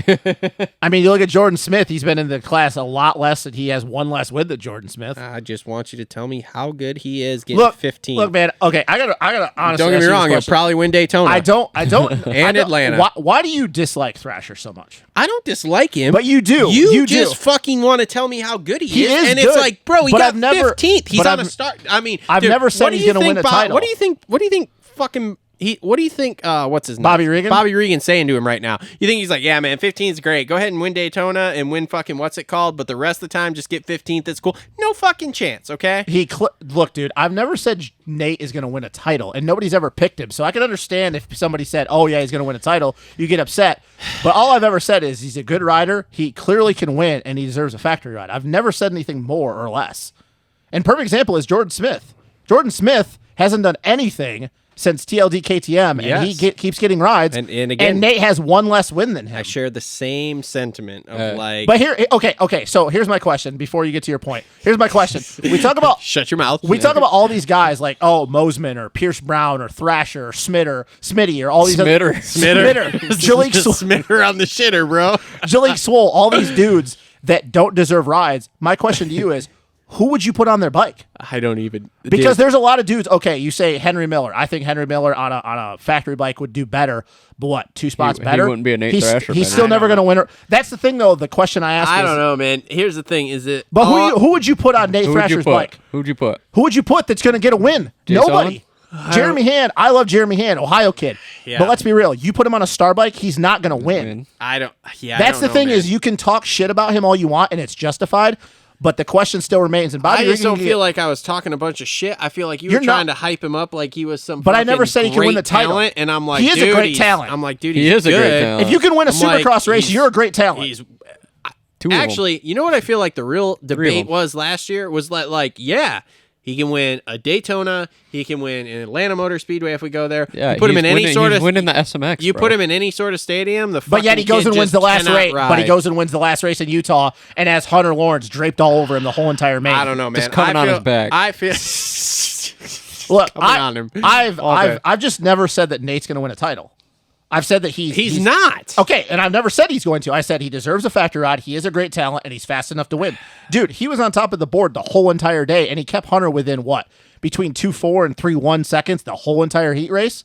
So, honestly, if Nate doesn't go down and that dude in the heat race shows up, Nate probably gets on the box. Maybe. So, I've never said he's going to win a title. I just don't understand where, he's not a great talent. If you can win a Supercross race, let alone 3, you're a great talent because there's a lot of dudes that have never won a race. I don't honestly remember how the whole argument even started. He just doesn't before. like Nate Thrasher. It just was just like he doesn't like Max. It just was like he just doesn't like Max Anstey. I don't remember. No, maybe this even did did it even start in fantasy? Maybe no, you were trying to I've never convince me picked that Nate he was Thrasher great in fantasy. Oh, I did. It burnt me this weekend.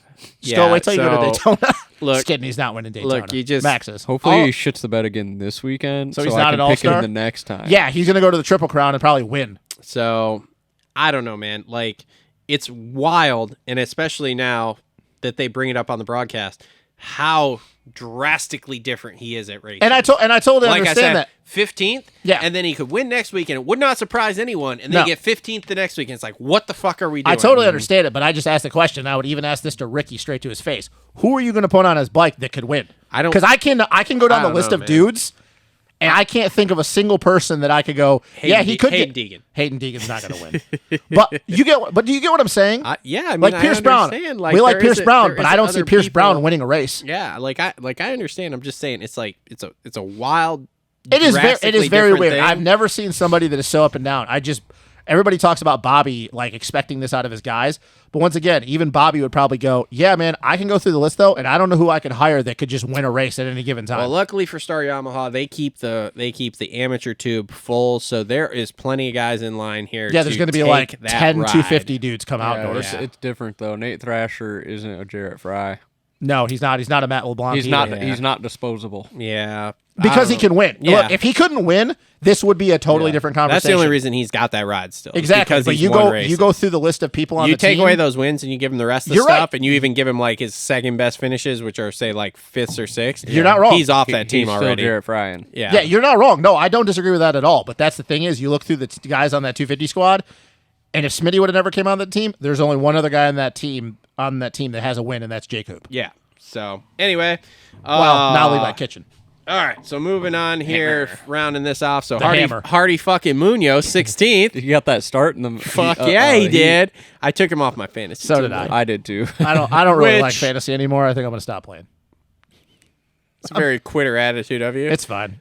You get smoked like your dick kicked that bad. I don't even know what I got yesterday, dude. To be honest, that frustrated with mine it? wasn't great. I was like, I had Jack Chambers.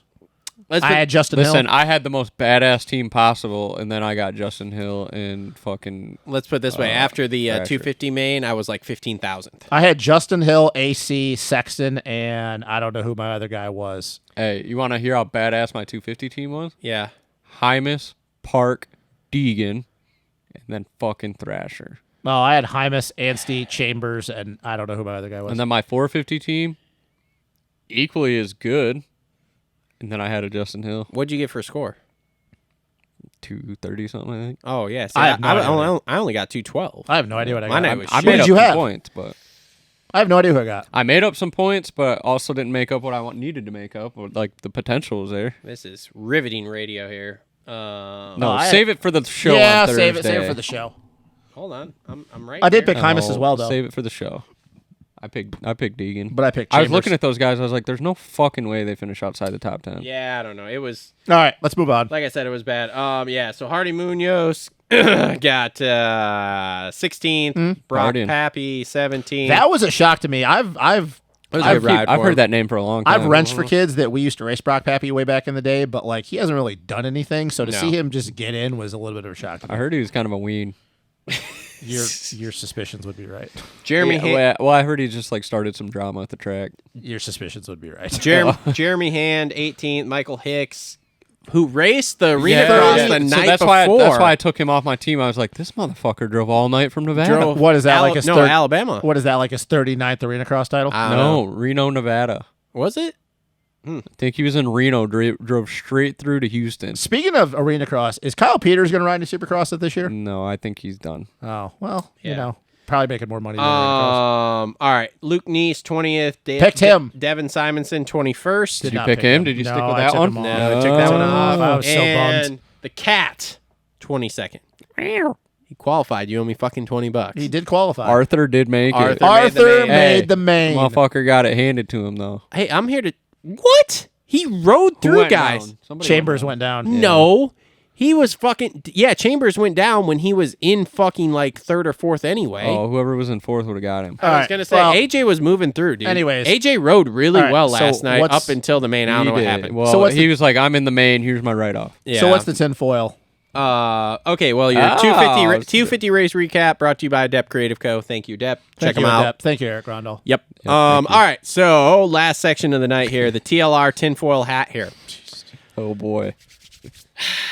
You got one loaded up? No, I didn't even know we were doing this segment, to be honest with you. Joey Savacci and the Rick Ware Racing crew are continue to be parked way out in the back of the privateer pits. Why Oh, SMX. is a Or top World Because Supercross. they're a World Supercross team. bingo? Anybody want to argue this point? No. Okay, No. thank you. Honestly, though, More our TLR tinfoil is like we are radical left over here. I have actually not seen any, maybe because I haven't been looking for them, but like I only look at like pit bits from Vital. Mm-hmm. I have not seen their setup yet. What does their setup even look like? Are they coming in a rig like a That's the thing is Freightliner? they're blackballing them because of Yeah, I just wanna know, like, what their rig literally, looks like. literally.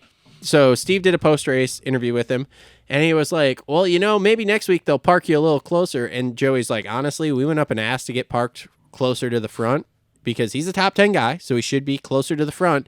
And he's like, "They wouldn't even listen to us. They would not even talk to us." that's pretty fun. So it's got to be a World Supercross thing. They literally are parking him, which is super strange because Hep is also involved in World Supercross. But it has Ken Roxon. and also, though, it's technically, Yeah, even but though. that's weird, dude. See, he is with World Supercross and here's the too, thing, though, so- and maybe it all but has to do still, with- he's Ken Roxon. And even though it is HEP, it's technically not HEP, though. Over there, it's PMG. It does- I- But still, it's the same. It's It the same is. It's the fucking same team. guy, but it's not under the HEP you're name. It's under the PMG. you're Yeah. splitting hairs here. No, and- I don't disagree with you. There's probably a lot of validity to that. I mean, when he's saying literally, we asked to get parked closer to the front, and they told us no, or like wouldn't even hear us. Like, okay, I mean, it really isn't that crazy of a tinfoil hat segment, but it was Look, just what I man, came maybe up with Rick for Ware this should week. throw around some of that IndyCar, NASCAR money and just pay his way to the front. No, fuck them. I don't know. Wow, we were doing really well up until that comment. I mean, I made the joke about Sean Brennan, but you just Dude, the shit's ridiculous, man. The shit is ridiculous. And it was the conversation with Coach last week talking about the guys wanting to start a team with him and how he refuses until there's a way to be profitable as a team. And I've thought about it all week, and it's 100% true. And I can't fucking stand it because it's, once again, a thing that would help grow the sport. But because the promoters stand in our fucking way as assholes, there we are. here's the one thing I look. And there went our media passes for the rest of the fucking career. Shout out Sean Brennan. Mike, Yep, wow, I know I you're. guess I know we're- you're listening. I guess we're Shout just out- gonna take it. I know. Shout out Mike I know Neely. you're listening to me, bud. It's totally Hey, fine. Sean, I got no problem with you. Anytime, I don't either. I would like to test a bike. someday. Anytime you guys want to have a conversation about what the fuck is wrong, You're what I such think a is hoe. wrong, and maybe set me on the. Here's the thing. I Hey, would totally I wanna- have. This isn't me. I want to test bikes. I would totally have a legitimate conversation with Dave Prater, Sean Brennan, any of the dudes at Feld to talk about what I feel is wrong with the series as to why you can't make that's money not and what they have but wrong. The thing is and why would they? Why what- would they listen to you when they won't even listen to a Why guy are like they Steve listening? Astafin? Why are they listening to me anyway and fucking blackballing me when I get fucking 600 views an episode? Like, what the fuck am I to you? You're a $1 billion company and you give a shit about what I fucking say on my podcast from my garage in the middle of nowhere fucking Michigan? Apparently there's some validity to it because the only reason you get upset at someone saying shit like that is Justin's because the point. shit is true. Wow, And Justin's that's point what of it view. is. I'm just looking at the camera. That was Yeah, I Justin's know, point man. of view. I have a little bit of psychology in my background. And like I said, I'm open to any conversation. I am not belligerent. I will have a very calm conversation. We can have it on or off the record. I will express what I think is wrong or why I feel that there are not positive attributes to what's going on, and you can set me straight and plead your point. No problem. And again, it can be on or off the record. This can be a private phone call that we can record it and put it out there. I don't care. I will have the conversations. No problem. You want to do it at a race? No problem. I come to races. I pay to get in there. No issue there. I'll have a conversation with you at the race in person. I'm totally open to it. I'm a nice guy. I'm not going to come in swing and be like, fuck you, like you fucking suck. Shake your hand. Nice to meet you. Have a nice, pleasant conversation with you about what I feel is wrong, what I feel you're doing wrong, and why we cannot correct this. Because there is zero reason that I should not be able to start a team and show a profit. Zero reason. All right, Because trust me, I got a lot of ideas for starting teams. I got nothing to piggyback off that. I just have a question since we're talking about this in World Supercross. All honesty from you guys, and this is not, we're months down the road, but being that the first round is back in Great Britain and it lines up with the weekend of the Redbud National, or the week of, honestly, and we know that it's going to be, they have their own streaming platform, it's going to be on Fox Sports. How much do you guys actually think the World Supercross, the numbers are going to be compared to the outdoor series? Because we know, no offense, outside of Joey, nobody other than the rounds that Ken dips in is really going to be at the first year of World Supercross. Maybe Shane. I don't know. Adam Bailey hasn't called me to talk about coming over there for media stuff No, either. So, no, man. Like, what do you? What which do I you wish thi- you would because like, I oh, that'd totally be be badass. down. I would do What it. do you think it's going to look like? Depends what the certain restrictions are to go over there. You know what I'm saying? Yeah. TLR Tinfoil. And we're canceled yet again. What do I think it's going to be? I don't honestly know. Because Like, do you think the turnout is because once again, Because that gets to the point of the outdoor series, where the outdoor series is kind of like, we need something fresh, so people are gonna. Yeah. I mean, to me, I'm going to watch both, especially because it's Well, going of to course be. we of the are. sport. But like, Yeah. I look at it and I just go, I just don't see how this first year with the talent that we know that's going to be there is really going to draw a lot of numbers. it just really depends because we don't know what the talent is that's going to be there. Like, they haven't made any announcements yet. They've just started All firing right, up. I know this- that Jet, Hunter, Joe. I know that Dylan's not going to be there. I know that Vial's not going to be there. J Mart. Yeah, but they just fired up the social media machine because I know you follow this shit. And so World Supercross leading into and during the entire World Supercross Championship 2 rounds there, they were on it every day, multiple times a day, everything. They did like really that, well. right? And then when they were done, just like normal, like there just hasn't been hardly anything. It's been pretty radio silent. The other day I started seeing it again on Instagram, which means they're firing it back up because we're starting to roll into this here. I just don't see how they're going to draw anybody for the first year outside of Joey, whatever Ken dips in, and that's it.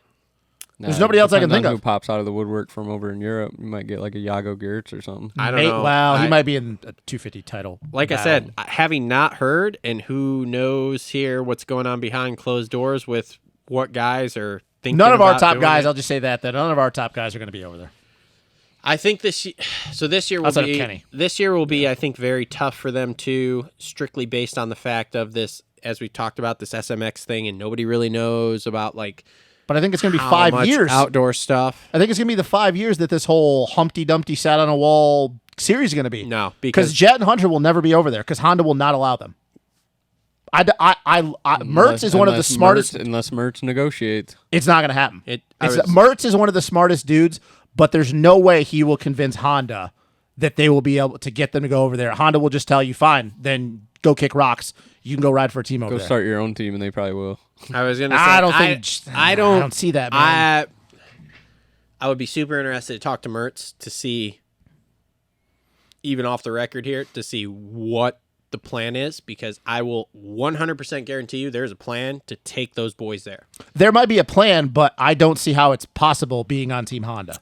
Maybe you on another team? That's maybe how. I don't believe it. Yeah, I don't believe it'll be there, which will be funny, too. We know Sexton will never be there. KTM, that's not happening. No. So you'll never see Chase Sexton. I'm looking at knowing how these teams are working with this whole new series. The top level guys, I just don't see a path for them to be over there outside of them leaving the current teams that they're on. Which is probably what will happen. I could see Star getting in it. I could see Star getting in it, too. Yeah.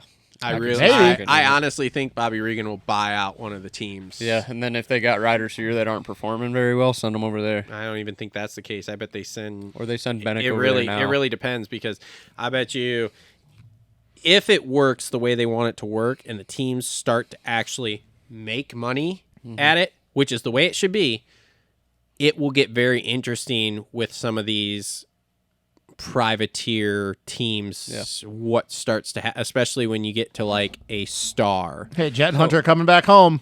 So I'd like to ask Coach this, since he's talking about making teams profitable and has people that want to bring money to a team.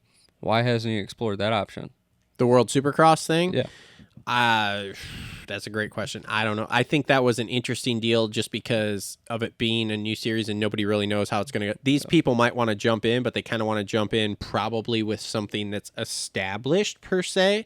The problem being, as Coach said, there just isn't a way to profitability where we stand right now with the United States Series, with either one, outdoors or indoors. The one thing I will say, and we've talked about this before, anybody know who Adam Bailey is and what he did for V8 Supercars and the Saudi group in that. The one thing I will mention to everybody, though, is that if we get a year, 2 years into this, especially when that $50 million from the Saudi money starts getting towards the top and they start running out, and this thing ain't turning a profit, Adam Bailey will dip out. Adam Bailey is too smart of a businessman and doesn't have an ego where if he sees that it's not making money, he will clean his hands with it. Yeah. Because that was the thing when he completely revamped the V8 Supercross series. He saw a profit there. I'm telling you this right now. That dude sees where this place is not making any money. It will go away and somebody else will have to pick it up because he will not bend over backwards and lose his ass to try to make something profitable if it's not. Yeah. He's too smart. And you know the Saudi group people don't give a shit. Yeah, there's too much money floating around there though for this not to work. But you got to get the guys though. That's the only way I can see. You have to get the guys, and I just don't see how it's going to work for 5 years. I think there will be some guys that will get bought into that series that it will blow your mind. And probably when it comes out of like how much they're getting bought out into that series, then you won't see him in America. Why? Ken Roxon's racing here. Ken's doing it because he's on a team, though. I'm talking about the factory guys like Jet, Hunter, Joe eventually, Coop, whatever. Sexton, all the guys, the next guys that are the next wave of talent. The teams that they ride for right now, it's not a possibility. I know. I'm not arguing that. And I also don't think that Jet and Hunter, unless they just go back to riding World Supercross and then GPs, because I don't think those dudes just don't want to ride outdoors. I think they like riding dirt bikes too much to just only ride Supercross, especially Hunter of all people. I've had this conversation before that there's these guys, they love Supercross and they love to make money, but there's a lot of guys that just love riding dirt bikes. And if you tell Jet and Hunter, yeah, you're never going to ride outdoors again if you go over here, I don't think they're going to be on board with that. I'm not 100% sure on that. There are certain guys, I will give you, there are certain guys. Like Dylan, yep, 100%. I think Chase is one of those dudes that like wants to, well, I can't. Nah, I can't buy into that, man. He did too well last year. He did too well. Maybe. I don't know. That one I give maybe like a 50-50 split on. I think Webb. Webb's different. You're going to see Webb do it. I don't think you'll ever see Webb ride World Supercross. You want to bet? No, I don't think so. I think I could see Webb there. You don't think they're going to throw him a bunch of money next year? Just because they throw him a lot of money doesn't mean he's going to do it. What do you think these guys race for? They also ride... Dude, What do you think? Webb wants to ride outdoors? No, Webb doesn't want to ride outdoors. I just don't think Webb is the world travel man that you think he is. Yeah, that could be. That could be. You got to. I'll give you that. Got to play into. I'll give you that. You got to just like AP's never gonna ride World Supercross. No, I don't think he is Yeah, either. they ain't got horses over there. Exactly. That's what I mean. You guys, money is the ultimate goal, but I think that you guys sometimes forget who these people are when they have the helmets off. And some of these guys are just not going to live overseas. They're not going to want to be on a plane in Great Britain one weekend and then go back home to California and then be back on a plane again. Yeah. That shit is tough. Yeah. Hey, last thing before we close this out. Yep. So, Justin Cooper, right? They move, and I don't know if this is going to have an effect on anything, but it might. They move MXDN to October 7th. Right? Oh, boy. Did you see who's getting married on October 7th? Yeah, 100K later. Who? Yeah. Jay Cooper and his chick, they're getting married. No shit. Yeah, and somebody was like, why don't you just move the date? And, of course, rich girl thing. Well, we paid over 100K I on thought it. that was It's Jay not Coop that easy. said it, though, as well. No. Yeah, that did you was- see who was talking crap about to him? Who? Denny Stevenson. Oh, was he? That's not a surprise. Yeah, well, Denny's got a little screw loose, but yeah, they moved it to format well with everybody's series, and yeah, it was like, hey, we spent 100K on this. We've already set the dates or whatever, because somebody was like, oh, I guess Jay Coop's not riding for America. No. And after Look, man. last year, that's kind of a... And here's the thing. And if he has a hell of an outdoor season. Here's the thing, man. Coming from somebody that firmly believes in the MX of Nations, look, guys, sometimes about things. dead. What? MXON's dead, dude. Well, I wasn't gonna go there. I was just gonna go. Look, guys, some things are more important than riding a dirt bike. I'll be interested. If you got a wedding that your Go to the wedding. chick's parents are billionaires, spent 100K. Have we ever figured out what her dad does? Oh, No, but pharmaceutical stuff? Yeah, apparently they I sold their think. business for $1 billion. You looked at this? No, somebody was talking about it that knows like Jay Coop's situation because that whole thread came up on Vital. Somebody was like, "Yeah, they sold it for like $1 billion." So why does Billions. A billion with a B. So Jay Coop could just get his chick's dad to just start his own team and just So ride what's- that for the rest of his career. So he's going to get married and then just fucking retire. Look, man, if your chick's parents are worth $1 billion, you don't have to ride a dirt bike ever again, dude. You know that if you want to buy a private jet, Dad will buy a private jet. They don't need Oh, to wait, buy they already it. have They one. Hey, but you know what I hope interesting. he does? I hope he starts like dripping that lifestyle on people though. Fucking own it. You mean wearing like $45,000 designer shades? Yeah. Yeah, I Our just sport can't needs see- that. But can't I don't just think see- Justin Cooper's that guy, but our sport needs something like Look, that. I can't see Jay Coop with his bent his bent neck. Jesus. All right. What? That's Dude, it. haven't you We're ever looked done. at Jay Coop It's a and his neck? lopsided face, dude. We're done. No, dude, it's a neck thing. His Okay, neck is okay, well, I'm anyway. muting you guys. We're done. All right, this has been episode 224. Thanks for tuning in, everyone. Houston wrap-up show.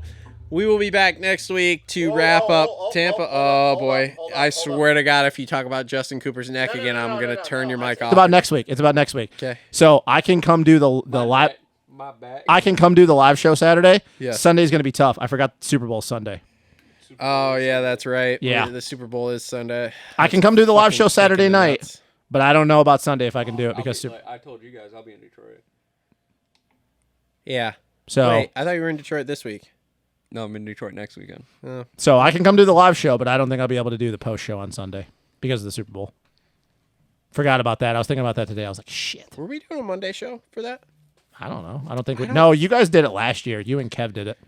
No. Okay, because we'll talk about this I later. do it Thanks for Monday. tuning I in, might be able everyone. to find a guest to come in. Thanks for tuning in, everyone. Thanks to all our sponsors here: Complete Racing Solutions, TLR Coatings, Holster Co, Gutter Works, JT Cycle, Adept Creative Co, Isaac Nelson Design, Edgewood Farms. Thanks, everybody. Thank you. Thanks for watching. Like, subscribe, comment down thank you, below. guys. We're trying to be see everybody better. next week for Tampa wrap up.